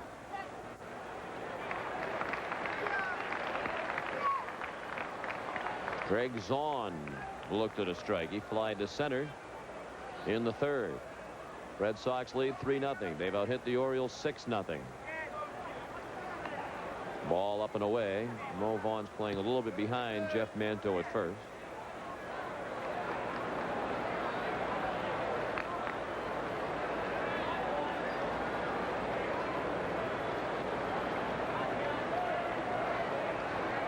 One pitch missed. Wakefield has done this before. You'll recall on June 9th, the ball game here at Fenway, Tim retired the first 17 Oakland A's before walking Mike Bordick on a 3-2 pitch. Zahn to left, right at Greenwell for the first out of the 6th inning, and Manto returns to first. Then with 1 out in the 8th, Scott Brocious walked. Number 6. And Stan Javier singled to center for the first Oakland hit. 1 out in the 8th on Wakefield's 99th pitch. And 1 month later, July 9th in Minnesota, Tim pitched his first major league shutout since his final appearance with Pittsburgh in 1993. In that game, he retired 16 of the first 17 Twins. Only a walk to Jeff Rebele leading off the third. Interrupted that string. And for the second time in 95, Wakefield held the opponent hitless into the 8th inning. Rebele opened the 8th in that game with a single. Wakefield still wound up with the complete game 4-hit shutout of the Minnesota Twins. His only shutout of the year. Manny Alexander pops it up along the left field line, and Greenwell reaches into the stands to make the catch.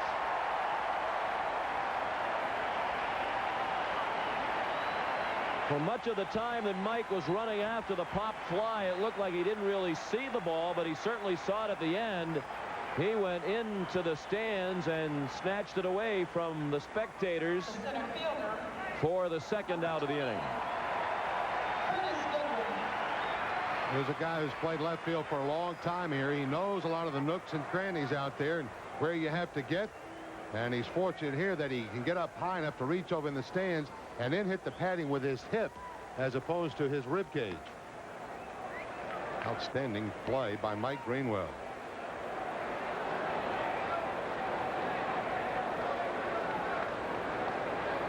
Two outs in the 6th. The runner at first. 3-0 Red Sox. Top of the order in Curtis Goodwin. 2-0 the count. Does appear that the Orioles are determined to be much more patient with Wakefield. Here in the 6th inning, Goodwin has bounced to second. Actually tried to bunt his way on, and Alicea fielded it. That's down to Vaughn. Moe flips to Wakefield for the out. The Orioles still do not have a hit after 6 innings. Through 5.5. The Red Sox 3 and the Orioles nothing.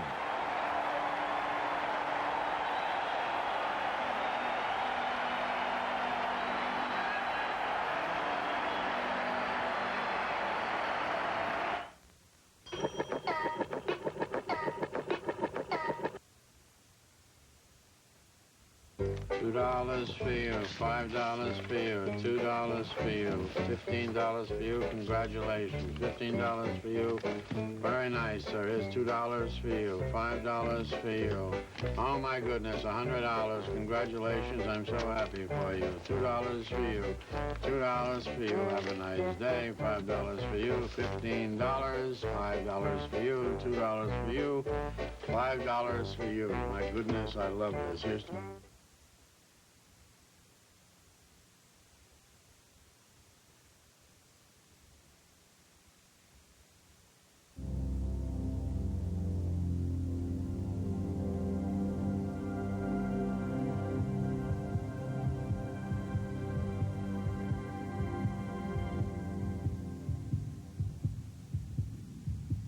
If you're pregnant, please get an HIV test. By Dunkin' Donuts, where it's always worth the trip. As we told you, New York leads Cleveland 2-0. They're now in the bottom of the 3rd. Paul O'Neill, a 2-run homer in the 1st, is 16th off Mark Clark. It's David Cohn on the hill for the Yankees. California and Minnesota scoreless after 1 inning. Jim Abbott on the mound against Brad Radke. Detroit did not score in the 1st. At Milwaukee, the Brewers are now batting. Sean Bergman, who shut out the Red Sox on their last road trip against Ricky Bonas. Seattle at Kansas City, they're scoreless in the bottom of the 1st. Bill Kruger against Tom Gordon. Chicago leads Oakland 1-0 top of the 2nd. Ariel Prieto against Wilson Alvarez. And Toronto is at Texas tonight. Herrera against Gross. In the National League, Colorado and Atlanta tied to 2 in the bottom of the 5th inning. Chipper Jones and Javier Lopez have hit solo homers for Atlanta off Brett Saberhagen. He's opposed by John Smoltz. Montreal leads Philadelphia 1-0 bottom of the 3rd. Heredia against Green. The rest of the action is later. Chicago is at San Francisco. Foster and Valdez. Pittsburgh's at Los Angeles. Nagel against Martinez. Cincinnati is at Florida. Wells against Gardner. And in the ESPN game tonight, New York is at Houston. Cornelius against Reynolds. Mo Vaughn, the leadoff batter here in the 6th. Red Sox have not scored since the 1st when Jose Canseco hit a 3-run homer into the screen with Vaughn and Valentin aboard. They've had base runners in every inning since. Krivda has pitched well. And of course, the focus at the moment is on Tim Wakefield, who has held the Orioles without a run or hit through the first 6 innings.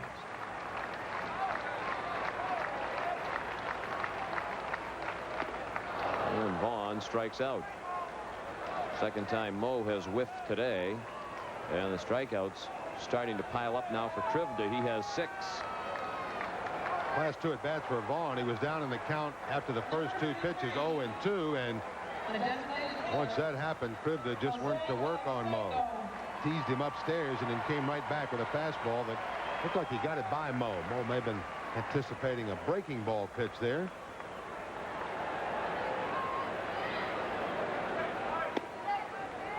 Jose Canseco with 1 strike. Jose hit a 3-run homer into the screen in the left.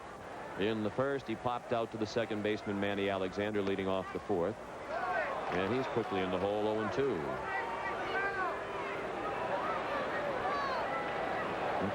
Certainly things are not going well these days for the Orioles, having lost 10 of their last 13 and having fallen 13 games behind the Red Sox.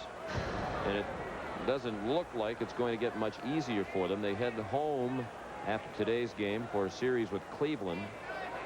Then Kansas City comes in for 1 game, one of those makeup games in the strike shorten year.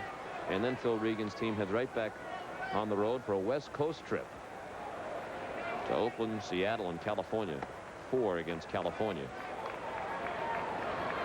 And they need to turn this around in a hurry if they want to be a wild card contender, particularly with that upcoming schedule. Strike 3. Jose jumped out of the way, but that appeared to have plenty of the plate. Back-to-back strikeouts for Krivda. Here in the 6th inning, he has 7 strikeouts in the ballgame. The young man has pitched himself a heck of a ball game other than that first inning when Canseco hit the 3-run homer. He's used all parts of the strike zone. He's pitched inside, as he should be trying to do, especially in this ballpark. Paying off for him. And 7 strikeouts matches his major league high. It's only his 5th major league start. He also struck out 7 in his major league debut at Chicago. Mike Greenwell has twice flied to center against the 25-year-old rookie lefty.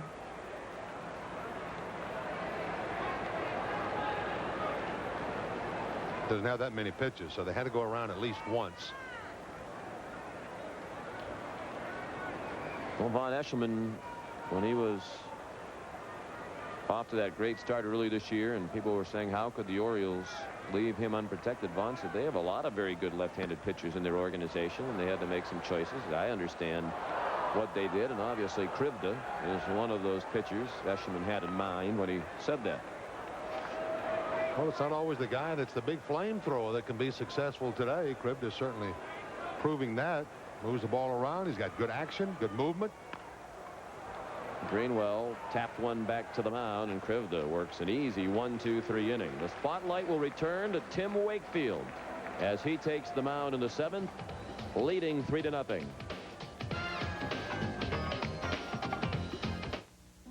For the people at Hammond Lumber Company, taking care of the environment is not only good for the earth, it's good for business. For example, the amount of lumber milled by Hammond has increased dramatically since 1953, yet the amount of land needed to produce that lumber has increased very little, thanks to Hammond's long-standing commitment to careful harvesting. And that means everybody wins, and everybody saves: the company, the customer, and the people of Maine. Almost everybody has gone fishing at one time or another, but very few of you have had the pictures of your big old fish put on TV. Well, now's your chance. If you have a picture of yourself and the one that didn't get away, big or small, trout or marlin, send it to Channel 2, care of Lee's Big Old Fish, to the address on your screen. Then watch it live at 5:30 on Fridays. If we show your picture on TV, we'll send you a Lee's Big Old Fish butt. So cast away, and you may land yourself and your big old fish on Channel 2. There are many things we can do in our homes to make our environment cleaner and safer for everyone. If you'd like to know what your family can do, write for Home Safe Home. This informative pamphlet was developed by the Natural Resources Council. Home Safe Home offers many helpful environmental hints and ideas you can use in your home. For your free copy, write to Home in care of Channel 2, P.O. Box 415, Bangor, Maine 04402. Friends, won't you enter the UPN 38 Boston Sunday Globe 7th inning sweepstakes? All you have to do is choose a Red Sox player whom you think will reach base safely in the 7th inning. You could win a variety of prizes. Check out the Boston Sunday Globe's award-winning sports section every Sunday for contest details and your official entry form, or send your name, address, phone number, and player choice to the address on your screen. The Boston Sunday Globe, for more than 2 million people, it's the Sunday paper. Orioles bat in the 7th, still looking for their first hit, and they trail 3-0. Tim Wakefield to face batters 2, 3, and 4. Brady Anderson, Rafael Palmeiro, and Bobby Bonilla. Strike one, 1-1. Can sense the nervous hush that has fallen over Fenway Park. These fans are well aware of what is going on. Very quiet as Wakefield delivers strike 2, 1-2. Well, we've already seen a play or two made behind Wakefield. As a matter of fact, the very first batter in this ball game, Curtis Goodwin, was thrown out on a very fine play by Luis Alicea. About the time you start looking for that other nice play made. Or two, although Wakefield does allow you to hit an awful lot of balls hard. He's thrown 75 pitches, 3 pitches into the 7th inning. Fly ball should be played routinely by Tinsley, and it is. 1 out in the 7th. Number 25, first baseman, Rafael Palmeiro. Red Sox have 3 runs on 6 hits. The Orioles, no runs, no hits. Neither team has made an error. 1 out in the Baltimore 7th. Palmeiro's 0 for 2. Strike 1. Palmeiro fly to left in the first, hit into the 3-6-1 double play, eliminating one of the 2 base runners the Orioles have had. That's well hit in right. McGee retreating, and there it goes. Into the bleachers. The no-hit bid and the shutout end on one swing by Rafael Palmeiro. The fans applaud the performance of Wakefield, who pitched no-hit ball for 6 1/3 innings today. Scoreless ball as well. That ends as Palmeiro crosses the plate. It's 3-1. Homer number 23 for Palmeiro in his 68th RBI. And now the focus will return to winning the ball game.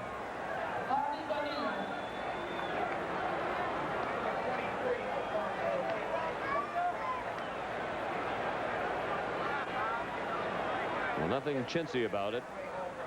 That was over the bullpen and into the bleachers on an 0-1 pitch. Bonilla chops one foul. And it's 1-1 on Bonilla. 5th career homer at Fenway for Palmeiro.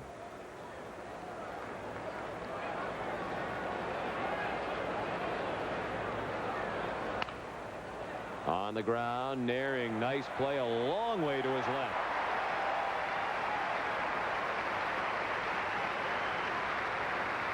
Naring doesn't run very well when he's running around the bases, but he certainly covers a lot of ground at third base. Off the mark quickly when the ball is hit. This ball is hit pretty sharp. Naring ranging well into that hole. Spinning all the way around. Very accurate throw. Bonilla an easy out after the ball was caught. Well, that would have been one of those plays you would have talked about had Palmeiro not left the yard. Now Cal Ripken 0 for 2. 2 outs in the 7th. 3-1 Boston. Ripken is lined to deep left and struck out swinging.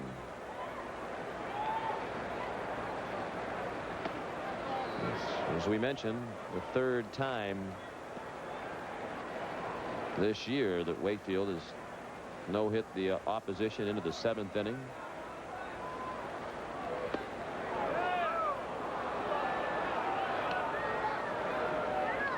Knuckleball is one of those pitches. When it's on, and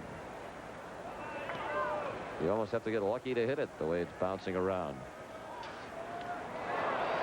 You have to have a lot of luck to hit that one. It sunk under the bat of Ripken and went right through McFarland, evening the count at 2 balls and 2 strikes. The home run by Palmeiro estimated at 399 feet.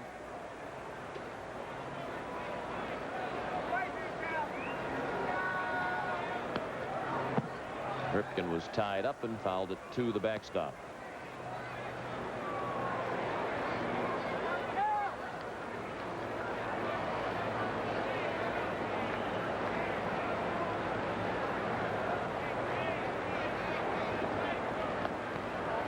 Low and away, dug out of the dirt by McFarland. Full count. Should Ripken reach, Harold Baines would bat next.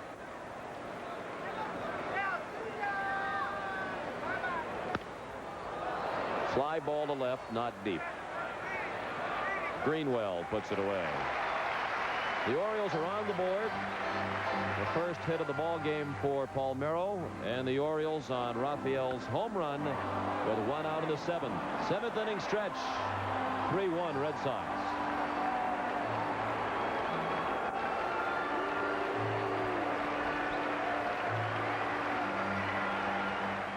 Penobscot High Stakes Bingo, the original Indian Bingo, presents their Super September Sweepstakes Bingo Weekend. On September 9th and 10th, play for over $250,000 in cash and prizes. Try your luck on the all-new Crazy Elf, or play for a mystery cruise vacation. And don't forget about the Bonanza Jackpot, worth $25,000. If that isn't enough to get you excited, how about the chance to drive home a brand new 1995 automobile? So don't miss the excitement at the original Indian Bingo, where your odds of winning are greater. Call for reservations today.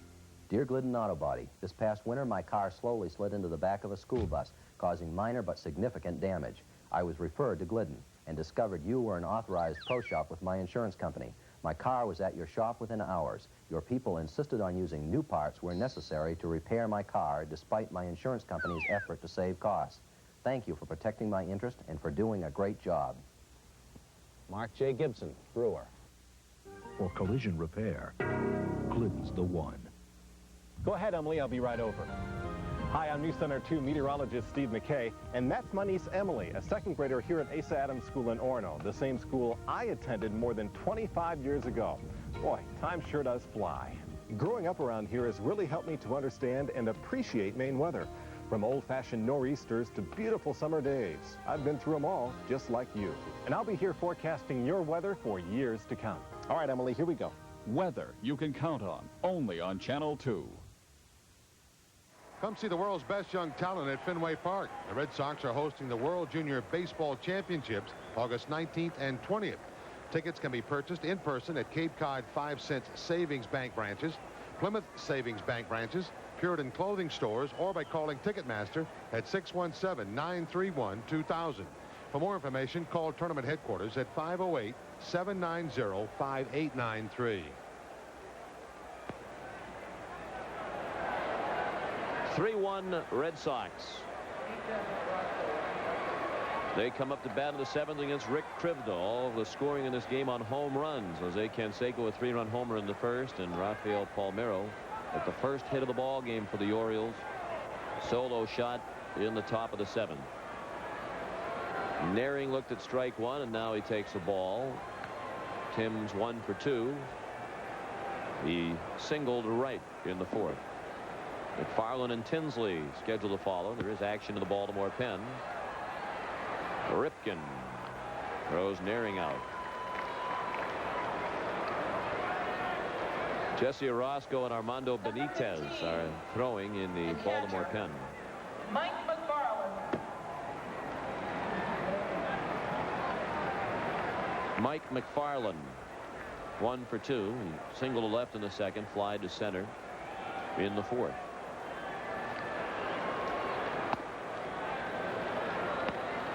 The major news story of the day in baseball, the sad story of the passing of Mickey Mantle, Baseball Hall of Famer, died this morning at the age of 63 at Baylor University Medical Center in Dallas. Family members were at his side when he passed away. at 2:10 a.m. Eastern Time this morning from liver cancer. Flag here at Fenway Park is flying at half-staff, as is the flag at Yankee Stadium today. Yankees were to hold ceremonies before today's game with the Indians honoring Mickey Mantle. There was a moment of silence observed here, and that will be repeated before every major league game today. Mickey Mantle, 3-time American League Most Valuable Player.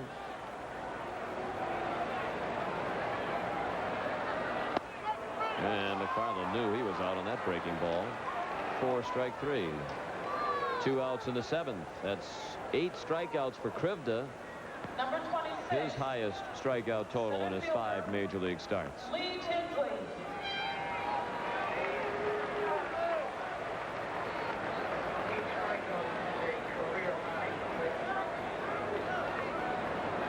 Lee Tinsley, 0 for 2. Bounced into a 6-4-3 double play, and he struck out swinging.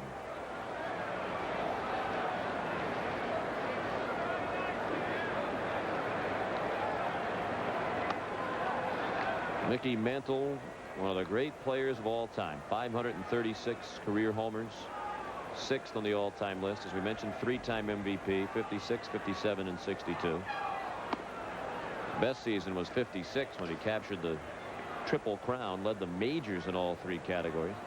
He holds the World Series record for homers and runs batted in. 18 World Series homers, 40 runs batted in. He played in 65 World Series games. Tinsley walks. Second thrown by Krivda, the first since the first inning, when he threw one to John Valentin. Luis Elisea. And let's hope that, as Mickey Mantle wanted, the lessons will be learned. In the way he lived his life, he encouraged others to not follow his example off the field. And hopefully, if there's something good to come out of the sadness of his passing, it will be that people will heed his advice before he left us. Well, that's one of the things he really wanted to get across to everyone who had any admiration for him or followed his career. I'm only sad that my big league career didn't start in time to have had a chance to play against Mickey Mantle. He retired in 1968. But I was privileged on 3 or 4 occasions to spend some time with Mickey at different functions. There's a group of about 6 of 8 of us that used to do some golf outing work for Allied Chemical Company back in the mid-70s, and Mickey was always a part of that group, along with the late Don Drysdale, the late Billy Martin. And I can't tell you what a great individual he was, and what a very humorous person he was. And I could never ever describe to you how strong that man was, but really, really a great man to be around. At least I was fortunate to have had a chance to spend those kind of times with him. 1-0 to Elisea is a strike. Louis has struck out twice against Krivda. Red Sox lead 3-1 in the 7th inning. They've out-hit the Orioles 6-1. And a pitcher's duel today between Wakefield and Krivda.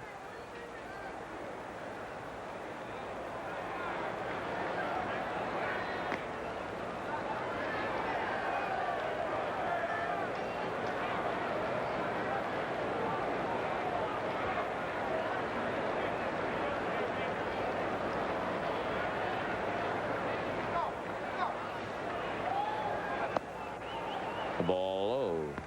2 balls and 1 strike. Willie McGee is on deck. Would you describe Mickey Mantle's home run trot as one of the classics in the game?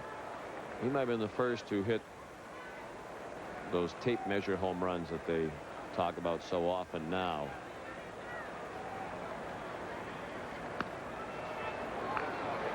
As far as all records are concerned, he came closest to hitting the ball completely out of Yankee Stadium, and would have hit it completely out of there had he not pulled the ball quite so much, but off the facade in the old Yankee Stadium. 2-2 is chopped to short, and the force play ends the inning. After 7 here at Fenway, the Red Sox still lead 3-1.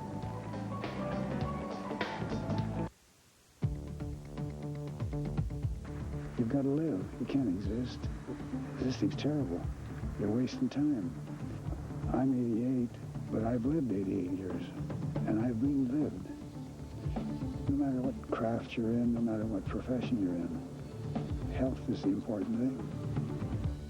Sign up for the Maine Senior Games, September 8th and 9th in Bangor. Call the Eastern Agency on Aging at 1-800-432-7812. Hi, I'm Blossom. Anyone who thinks that jumping out of an airplane is scary has never been a girl in high school. I have to deal with gross gym clothes, my brother, the space cadet, kissing boys, prom clothes, teachers with bad breath. Oh no, I broke a nail. Blossom, coming to weekday afternoons this fall on Channel 2.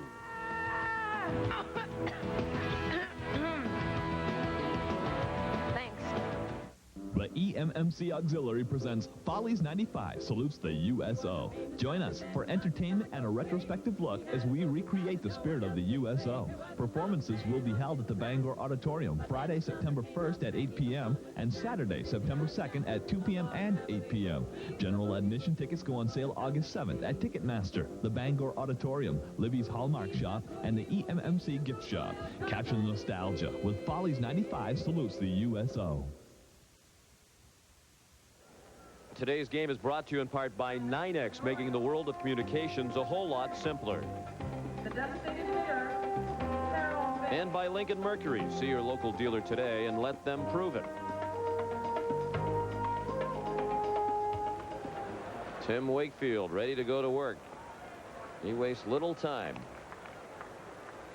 And he missed with ball one to Harold Baines. He's pitching with a 2-run lead in the 8th as the Red Sox go for a sweep of this series and their 11th win in a row overall. Baines with a ground ball to second. He's now 0 for 3. Down at Yankee Stadium, the Yankees lead the Cleveland Indians 3-0. In the bottom of the 4th, the third Yankee run of the ball game singled in by Randy Velarde. He knocked in Darryl Strawberry. And behind David Cone, New York leads Cleveland 3-0.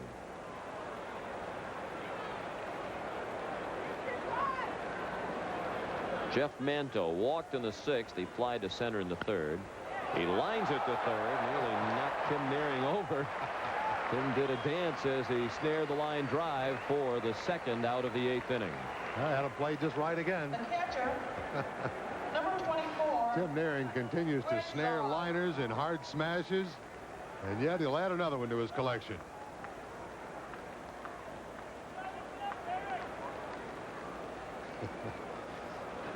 Greg Zahn, first ball swinging. The Orioles have obviously abandoned their strategy of being patient. Nearing makes the catch. 4 pitches in the inning thrown by Wakefield on to the bottom of the 8th. 3-1, Red Sox. Hi, I'm News Center's Bob Elliott. I do the weird, wacky, strange, unusual, and odd stories. It's called Bob's Basement. Catch it only on Channel 2. Credit card scam, mail fraud, consumer ripoff. What's the real deal? Car repairs, child safety. What's the real deal? Now, count on News Center to tell you the real deal. You can trust News Center Susan Kimball and the Real Deal team to work hard to protect you. If it affects you, count on the Real Deal team on News Center at 6, only on Channel 2.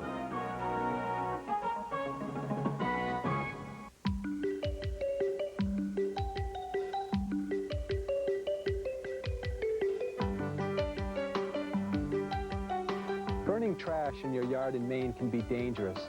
Not only does trash burning pose a fire hazard, but the smoke can be hazardous to your health as well. Help protect those closest to you by sending your trash to your local recycling center or transfer station. Remember, we all share the same air. Let's roll! Come on, baby, let the 2 times roll. Come on, baby, let the 2 times roll. It's a very difficult skill to master. You might want to practice on a spare piece of wood. Right. That's good advice. I'll give you more good advice. Always think safety when working with a spinning lathe. You notice I didn't wear a necktie. We got a lot of letters about this. You want nothing hanging out and no loose clothing. Possibility.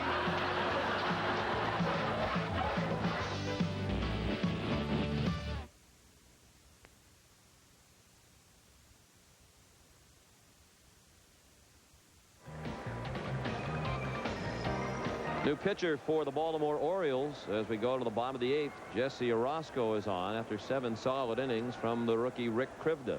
With this appearance today, Orosco now leads the American League in games appeared in with number 48. 2 wins, 2 losses. Second appearance for the left-hander in this series. He was outstanding here on Friday night in relief of Kevin Brown. In that ball game, Orosco went an inning and 2/3. Struck out 5 Red Sox batters for a season high for the left-hander. And boy, he had all of his stuff working that night. He was a tough customer. Matter of fact, he's been a tough customer all year. The league hitting just 193 against Jesse. And the rookie Krivda was impressive. He was overshadowed today by Tim Wakefield and his flirtation with a no-hitter. Krivda, over 7 innings, allowed just 6 hits and 3 earned runs. He walked 2, struck out a career-high 8 through 120 pitches, 77 of them strikes. And on a warm day like today, a young man like Krivda, 120 pitches is enough. Willie McGee has 2 of the 6 Boston hits, a couple of singles, 1 to left, 1 of the infield variety.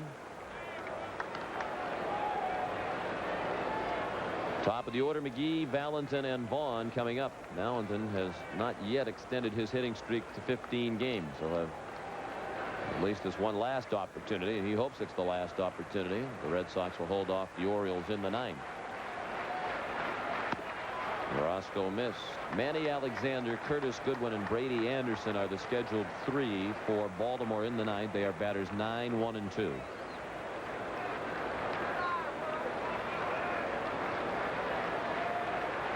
Now the 3-0 to McGee.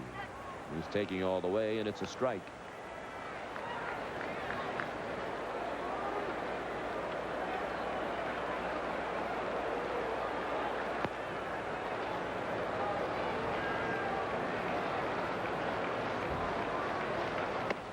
Ball 4. McGee walks to open the 8th. And we pause now for station identification along the UPN 38 Red Sox network. You're watching Channel 2 WLDZ TV Bangor.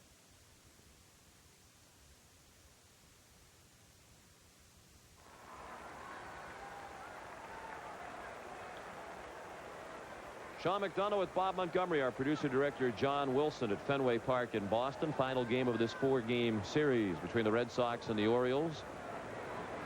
Behind Tim Wakefield and Jose Canseco, the Red Sox lead 3-1. Wakefield has held the Orioles to 1 run on 1 hit, a homer by Rafael Palmeiro. He's only been on the mound for 27 minutes over 8 innings. That's a little bit more than 3 minutes per inning. He must have a tea time this afternoon. And he can handle himself pretty well out there, too. Yes, he can. You bet he can. About a 10 handicap golfer, maybe even a little bit better than that these days. He claims he's a 10. I'm a little bit suspicious. I'll take him at a 10 and play the world. Yes, you would.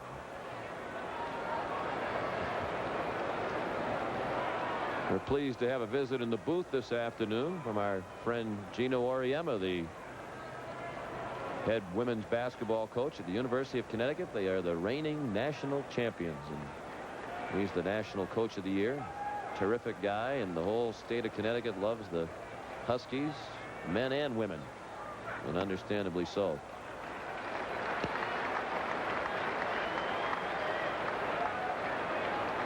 Orosco having a tough time throwing strikes. Unlike his outing here on Friday night when he threw nothing but strikes. Well, the Orioles right now on his way to the mound. Yeah, the Orioles right now interested in trying to keep this a 2-run game. They don't have many shots at, well, they only got 3 shots to get back in it, but they do have the top part of the order up, as you mentioned, or for the most part, the top part of the order up. Good chance you'll see a pinch hitter maybe for Alexander, who knows, but going to give themselves one more shot at it being nothing more than a 2-run difference.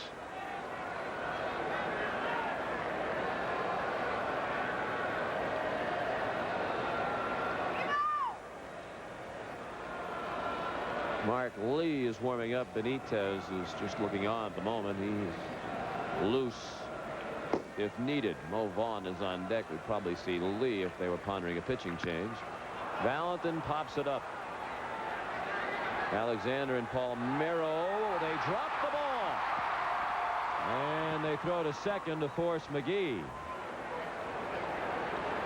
Play has scored a fielder's choice, and the play is 4-6 Alexander to Ripken.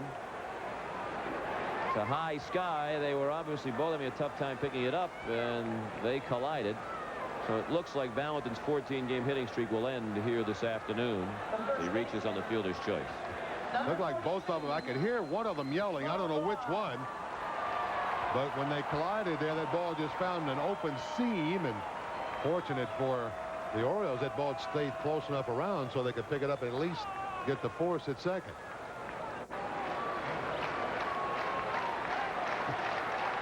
Red Sox lead 3-1. Valentin now the runner at first with 1 out. In the 8th inning, the batter is Mo Vaughn, who singled to right in the first and scored on the Canseco homer. Since then, he has struck out twice. Big swing and a miss. Benji Gill of Texas plays tonight. And Mo, with his 2 whiffs today, has fanned 106 times, and he has overtaken Gill for the league lead in strikeouts. Gill has fanned 105 times. In the air in right center, and Bonilla makes the catch. Got a little bit of a late start because of the big swing and the fact that it is Mo taking that big swing. 2 away in the 8th. 3-1 Boston. The hit 6-1 for Boston. Neither team has made an error. Red Sox have not scored since the first when Jose Canseco hit a 3-run homer into the screen in the left. His 13th round trip for the year. He now has 47 runs batted in 61 games. Since then, he's popped out and struck out.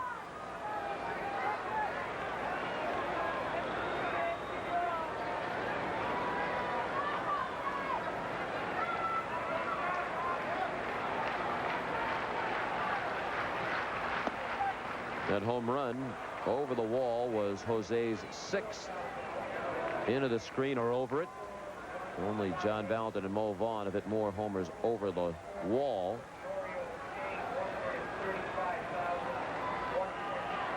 Jose should get credit for 2 homers over the wall with that ball he hit here on Friday night across the street. Fouls that off to our right.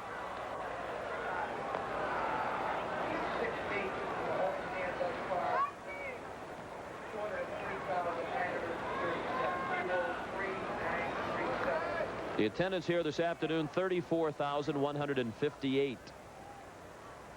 Another capacity crowd.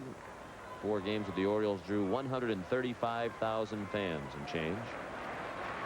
And the 6 games on the homestand at this point have drawn just over 200,000. Valentin runs, and he is safe for these. Stolen base number 12 for John. He's only been thrown out 4 times. He got a tremendous jump. And Zahn had no chance. So now there's a man in scoring position with 2 down in the 8th, and the count 1-2 on Canseco. Zahn had no chance and should have just thrown the ball right back to Orozco. The only thing a catcher can do here is wind up throwing that runner to third, trying to throw him out when he's got absolutely no chance. You can credit that stolen base to Valentin off Jesse Orozco.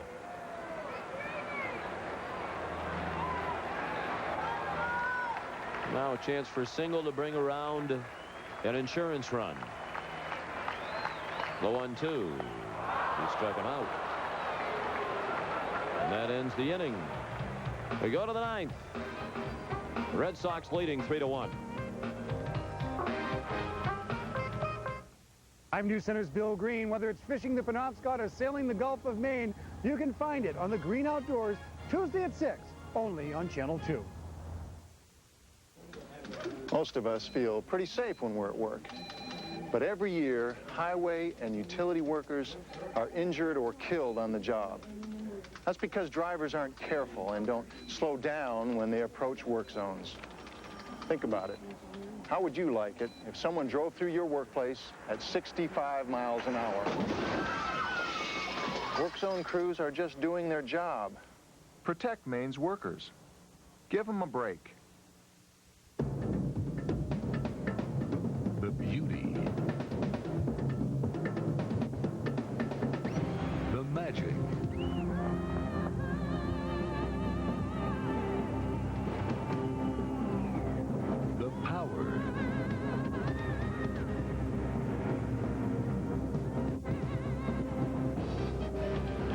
adventure begins this fall.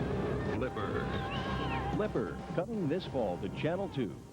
Let's go through the checklist. Fishing poles? Check. Oars? Check. Snacks? Check. Life jackets? Check. Did you know this year in Maine you have to wear a life jacket if you're 10 years old or younger? And the new ones are really cool. Also, adults should make sure there's a Coast Guard approved boat cushion or life jacket for everyone in the boat. But on the ocean, everyone should have a wearable life jacket. Did you bring the worm? Oops.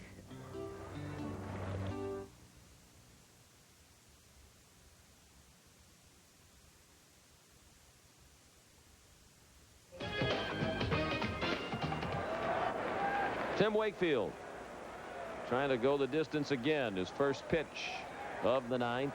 A ball to Brett Barbary, pinch hitter batting from Manny Alexander. Barbary's a .239 hitter, a switch hitter. Better hitter left-handed at .278. He's been slumping. He's ahead in the count here.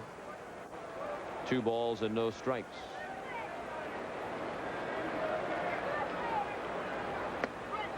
Borderline strike goes Wakefield's way. Barbary 2 for his last 32. Alexander went 0 for 2 today. Curtis Goodwin, Brady Anderson scheduled to follow. Red Sox lead 3-1 in the 9th. Strike 2, says Drew Coble. Barbary didn't like it. Wakefield has given up only 1 hit. That was the home run by Palmeiro over the Baltimore bullpen last inning. Kevin Kennedy has said many times it all starts with starting pitching. And it's not a coincidence that the Red Sox winning streak coincides with a great run by their starters. That's ball 4 just outside on a 3-2 pitch. And now the tying run comes to the plate for Phil Regan.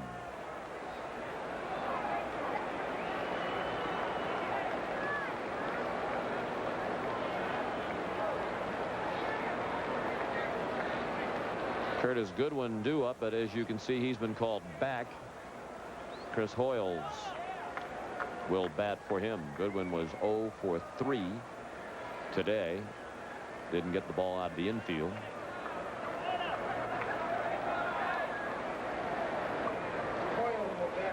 Red Sox do have action in their bullpen. Newly acquired lefty Eric Gunderson is warming up, as is Stan Belinda. No sign of Rick Aguilera.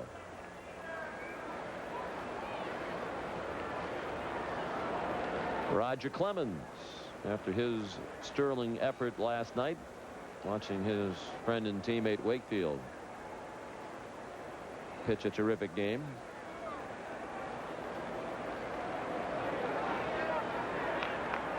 Roger started the Red Sox toward the combined shutout last night. Wakefield still waiting. Fans getting a little impatient with Hoyles. Talked about the performance of the starters lately. Red Sox starters have allowed 3 runs or less in 17 of the last 19 games. And when you get that kind of performance from your starter, you're going to win more often than not. The Red Sox have been winning much more often than not lately. They lead 3-1 today, but a dangerous hitter at the plate representing the tying run. Hoyles looks at ball 1.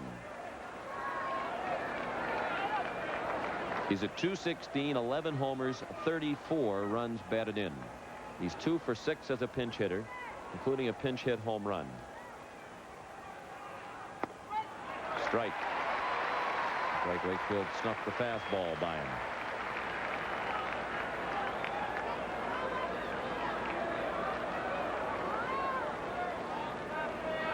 Hoyles has hit in 6 of his last 7. He's hit .348 during that stretch. He got off to a dreadful start, has been much better lately. Now he's behind in the count 1-2 with nobody out. Barbary, the runner at first. In the 9th, Red Sox lead 3-1.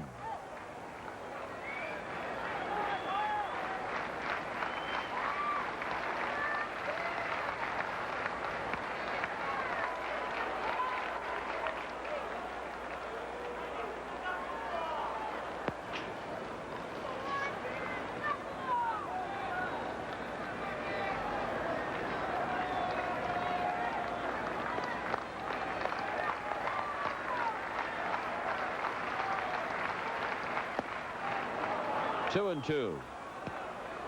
Brady Anderson is on deck.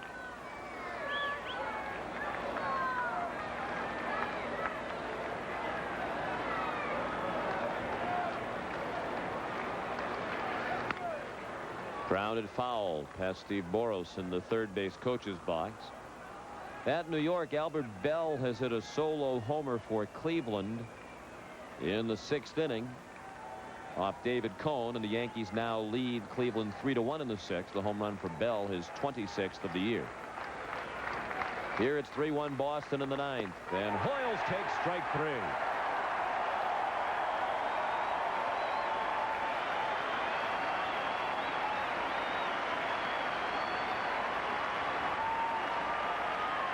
Just the 4th strikeout of the game for Wakefield. That hasn't been as much of a weapon for him lately as it was earlier in the season. He struck out 4 in his last outing, only 2 the start before that.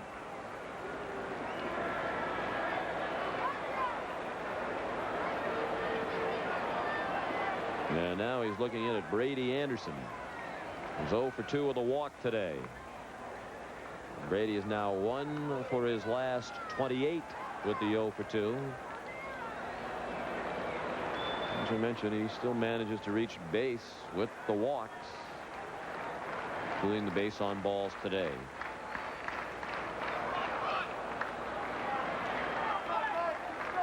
Vaughn playing a little bit behind Barbary. Count now 2-0 on Anderson. Big bats are due to come up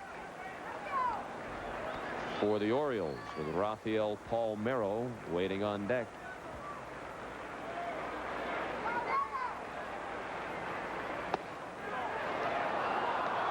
Ball 3. And now Wakefield is in danger of putting the tying run on base, bringing the go-ahead run to the plate.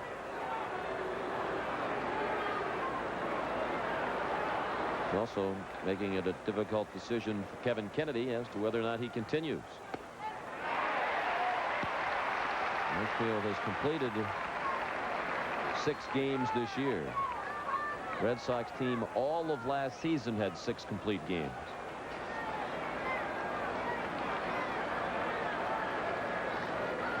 The 3-1 to Anderson. Another fastball. Full count.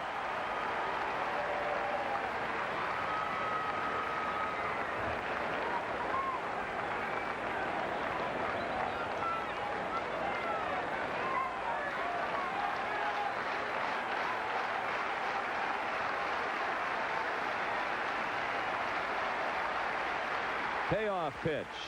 Line down the right field line. That's a fair ball in the corner. McGee plays it cleanly. They wave Barbary around. He will score as the throw got past Alicea. Anderson winds up at third. It's a triple and a 1-run game, and the tying run is now at third with 1 out in the 9th inning for Baltimore.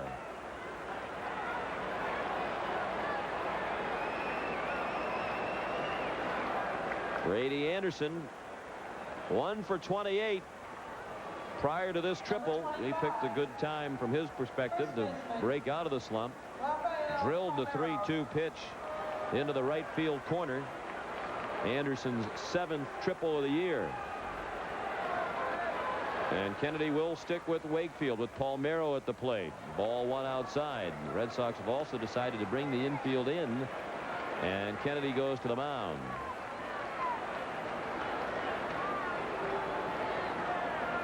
And the entire infield will convene at the mound. It was Palmeiro who had the first hit of the ball game for Baltimore, the home run over the bullpen, the Baltimore bullpen in right, with 1 out in the 7th. Wakefield had thrown a no-hitter for 6 1/3 innings. Crowd cheers Kennedy's decision to leave Wakefield in the ball game. It's not a given that you play the infield in this situation, particularly as the home team with a chance to at bat. You do run the risk of a dribbler going through, putting the go-ahead run on base. 2-0 now the count on Palmeiro. Only 2 hits for Baltimore. but each has knocked in a run. Palmeiro's homer and Anderson's triple. Chopped foul. 2 balls and a strike. Palmeiro will be followed by Bobby Bonilla.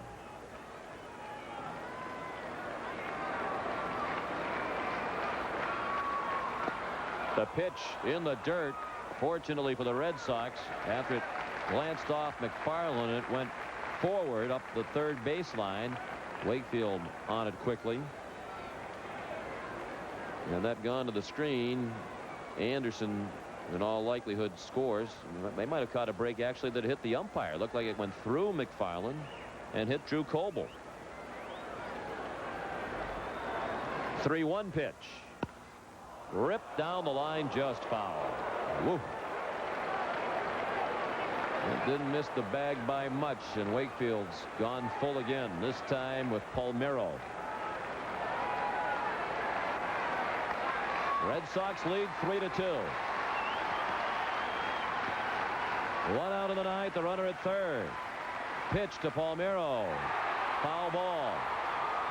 Crowd thought he swung and missed, but he got a piece of it, and it went through McFarland. And after what happened with Willie McGee earlier in the ball game, when he got caught between second and third on a swing and a miss by Vaughn, he thought it was a foul ball and stopped running. The Orioles wound up retrieving the ball and throwing him out. Anderson didn't take any chances on this play. He came down the line. Once again, the 3-2 pitch. Bounced foul.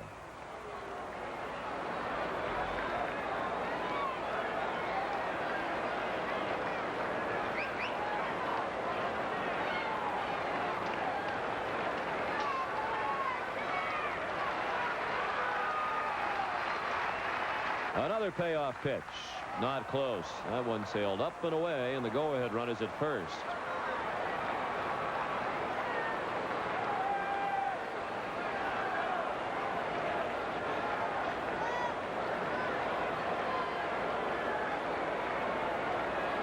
Number 26, right fielder, Bobby Bonilla.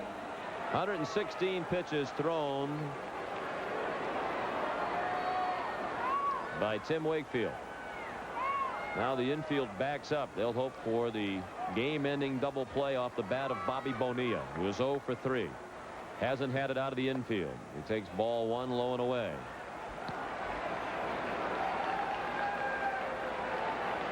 Mentioned earlier, he's batting right-handed against Wakefield, even though he's a switch hitter, because he says when he hit left-handed against the knuckleballer Tom Candiotti in the National League, it used to mess up his swing for several days. He hasn't had any success right-handed today. He struck out, popped to first, and bounced to third.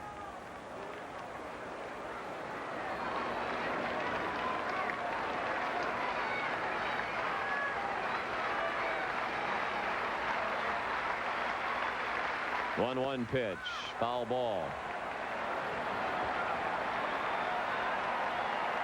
1 ball and 2 strikes. Brady Anderson representing the tying run at third. Palmeiro representing the go-ahead run at first. 1 out in the ninth. 1 run in this inning. In the dirt and blocked by McFarland. Now the pressure is really on McFarland with that tying run at third. Hasn't been a big concern today because the Orioles have had so few base runners.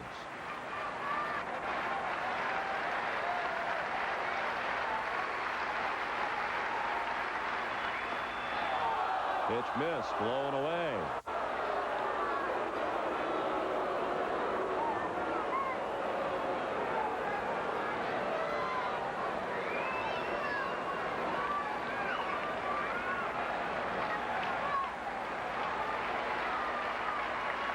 Palmeiro runs, and it's ball 4. And one would suspect now that Kevin Kennedy has to make the move. And he will. He's on his way to the mound. Wakefield will not finish. He has walked 3 here in the ninth, including the leadoff man, the pinch hitter Barbary, who came around to score the run that made it 3-2. Stan Belinda is going to be the new pitcher. We are not aware of any problem with Rick Aguilera, but he has not warmed up. Wakefield leaves to the well-deserved standing ovation.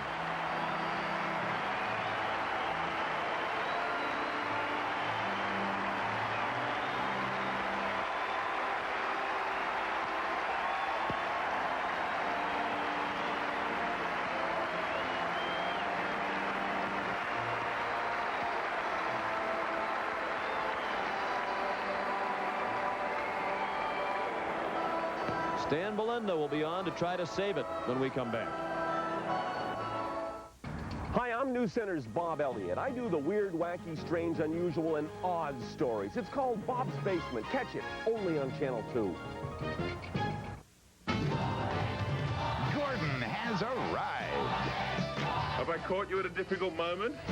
Very frou-frou. These are lovely. Will you marry me? I love you. Warning, this man has never met me before and I'm going straight in his window. I really care about you and I love you. That's very nice, but I'm gay. This is like a bad movie. You ready for the wedding of Kevin and Sonia? Watch Gordon Elliott mornings here on Channel 2. Picasso painted the old guitarist during a period of depression that lasted 4 years, his blue period.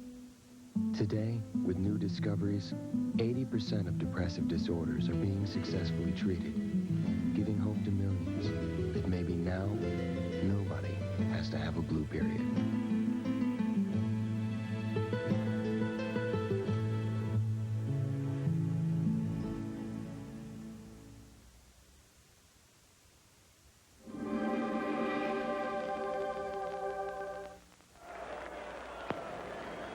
This call to the bullpen is brought to you by AT&T, your true choice. And the new pitcher is Stan Belinda.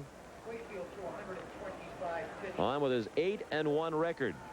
An ERA of 3.36. He's trying to save this one for Wakefield. It would be Stan's 7th save of the year. Allowed only 40 hits in 54 innings. Wakefield walked 3 in the 9th and gave up the RBI triple by Anderson. The bases are loaded. 1 out, 3-2 Boston. Cal Ripken is the batter. He's 0 for 3. Belinda throws the first one right down the middle. We checked with Red Sox Vice President of Public Relations Dick Bresciani. He is not aware of anything that has happened to Rick Aguilera that prevented him from pitching. He did, of course, pitch 2 innings here on Friday night, but he did not pitch last night. Were he available today, he would be in there at this point in time. Belinda slings it up there low and away. Ripken has twice flied to left and he is struck out. Red Sox have 3 runs on 6 hits without an error. Baltimore 2 runs on only 2 hits. The homer by Palmeiro in the 7th and the RBI triple by Anderson here in the 9th.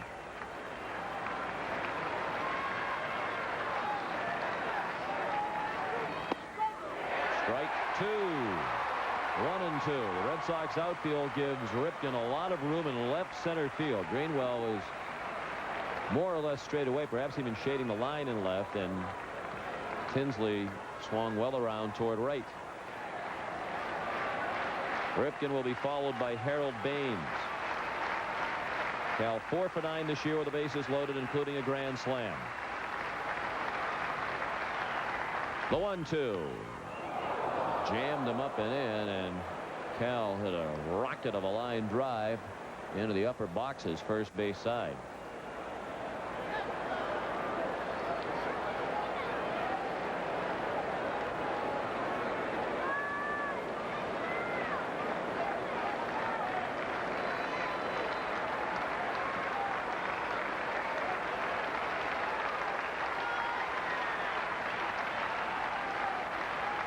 Another 1-2 pitch. Hit on the ground slowly to short. They'll have to hurry. Alicea turned it.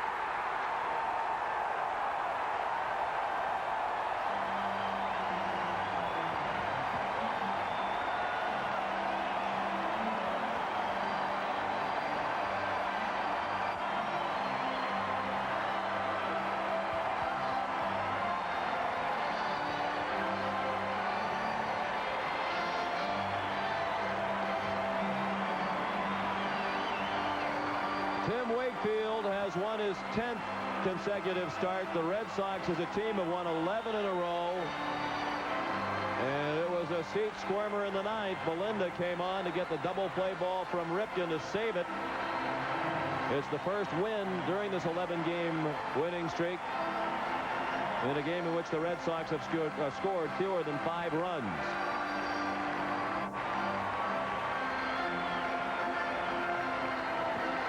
And just when it was starting to look like this might be the day the bubble would burst in excruciating fashion, it does not for Wakefield or the team. And he is indeed a candidate for all 3 of those awards. He took a step toward all 3 of them again today. Final score, Boston 3, Baltimore 2. They had them all the way. Totals and more in a moment. Hits, no errors. They left 4 men on base. Baltimore 2 runs on 2 hits, no errors. They left 3 men on, including 2 in the 9th inning. Tim Wakefield is the winner, now 14-1. He's won his last 10 starts. He no-hit the Orioles for 6 1/3 innings today. His major league best ERA now 1.65. And Rick Krivda, the rookie, pitched well but took the loss. He's 0-2. Stan Belinda came on, faced 1 batter, got the game-ending double play to pick up his 7th save. Time of the ball game, a brisk 2 hours and 22 minutes before a delighted crowd of 34,158. They watched the Red Sox earn their 11th straight win and complete a 4-game sweep of the Orioles. Wakefield threw 125 pitches over 8 1/3 innings, 32 of those pitches in the 9th when he appeared to tire and walked 3. He retired only 1 man in the 9th.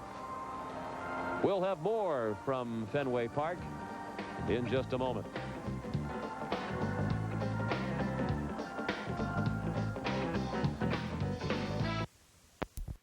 He maintains the winning side for him and keep the Red Sox going. The Red Sox now 21 games over 500. Congratulations to Tim Wakefield. Beechwood Age Budweiser. This Bud's for you. And the Red Sox earned their 11th straight win, their longest winning streak since they won the first 12 games under Joe Morgan during the days of Morgan Magic in 1988. It was a thriller. Once again, the final score of today's game, Boston 3 and Baltimore 2. This is the UPN 38 Red Sox Network.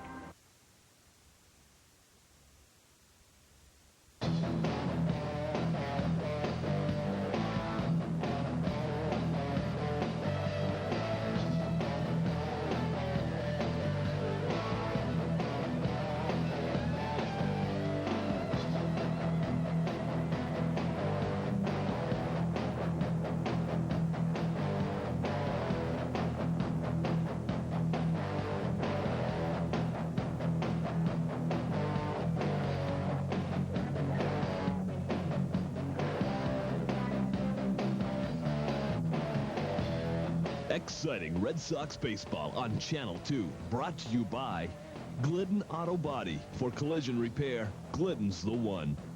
Penobscot High Stakes Bingo. Your odds of winning are greater at Penobscot High Stakes Bingo. Hammond Lumber Company with stores in Auburn, Belgrade, Farmington, Greenville, and Skowhegan. Tri-State Lottery 5-card cash. Top prize $100,000 cash. And by Alpine Lager Beer. Alpine, what friends call beer.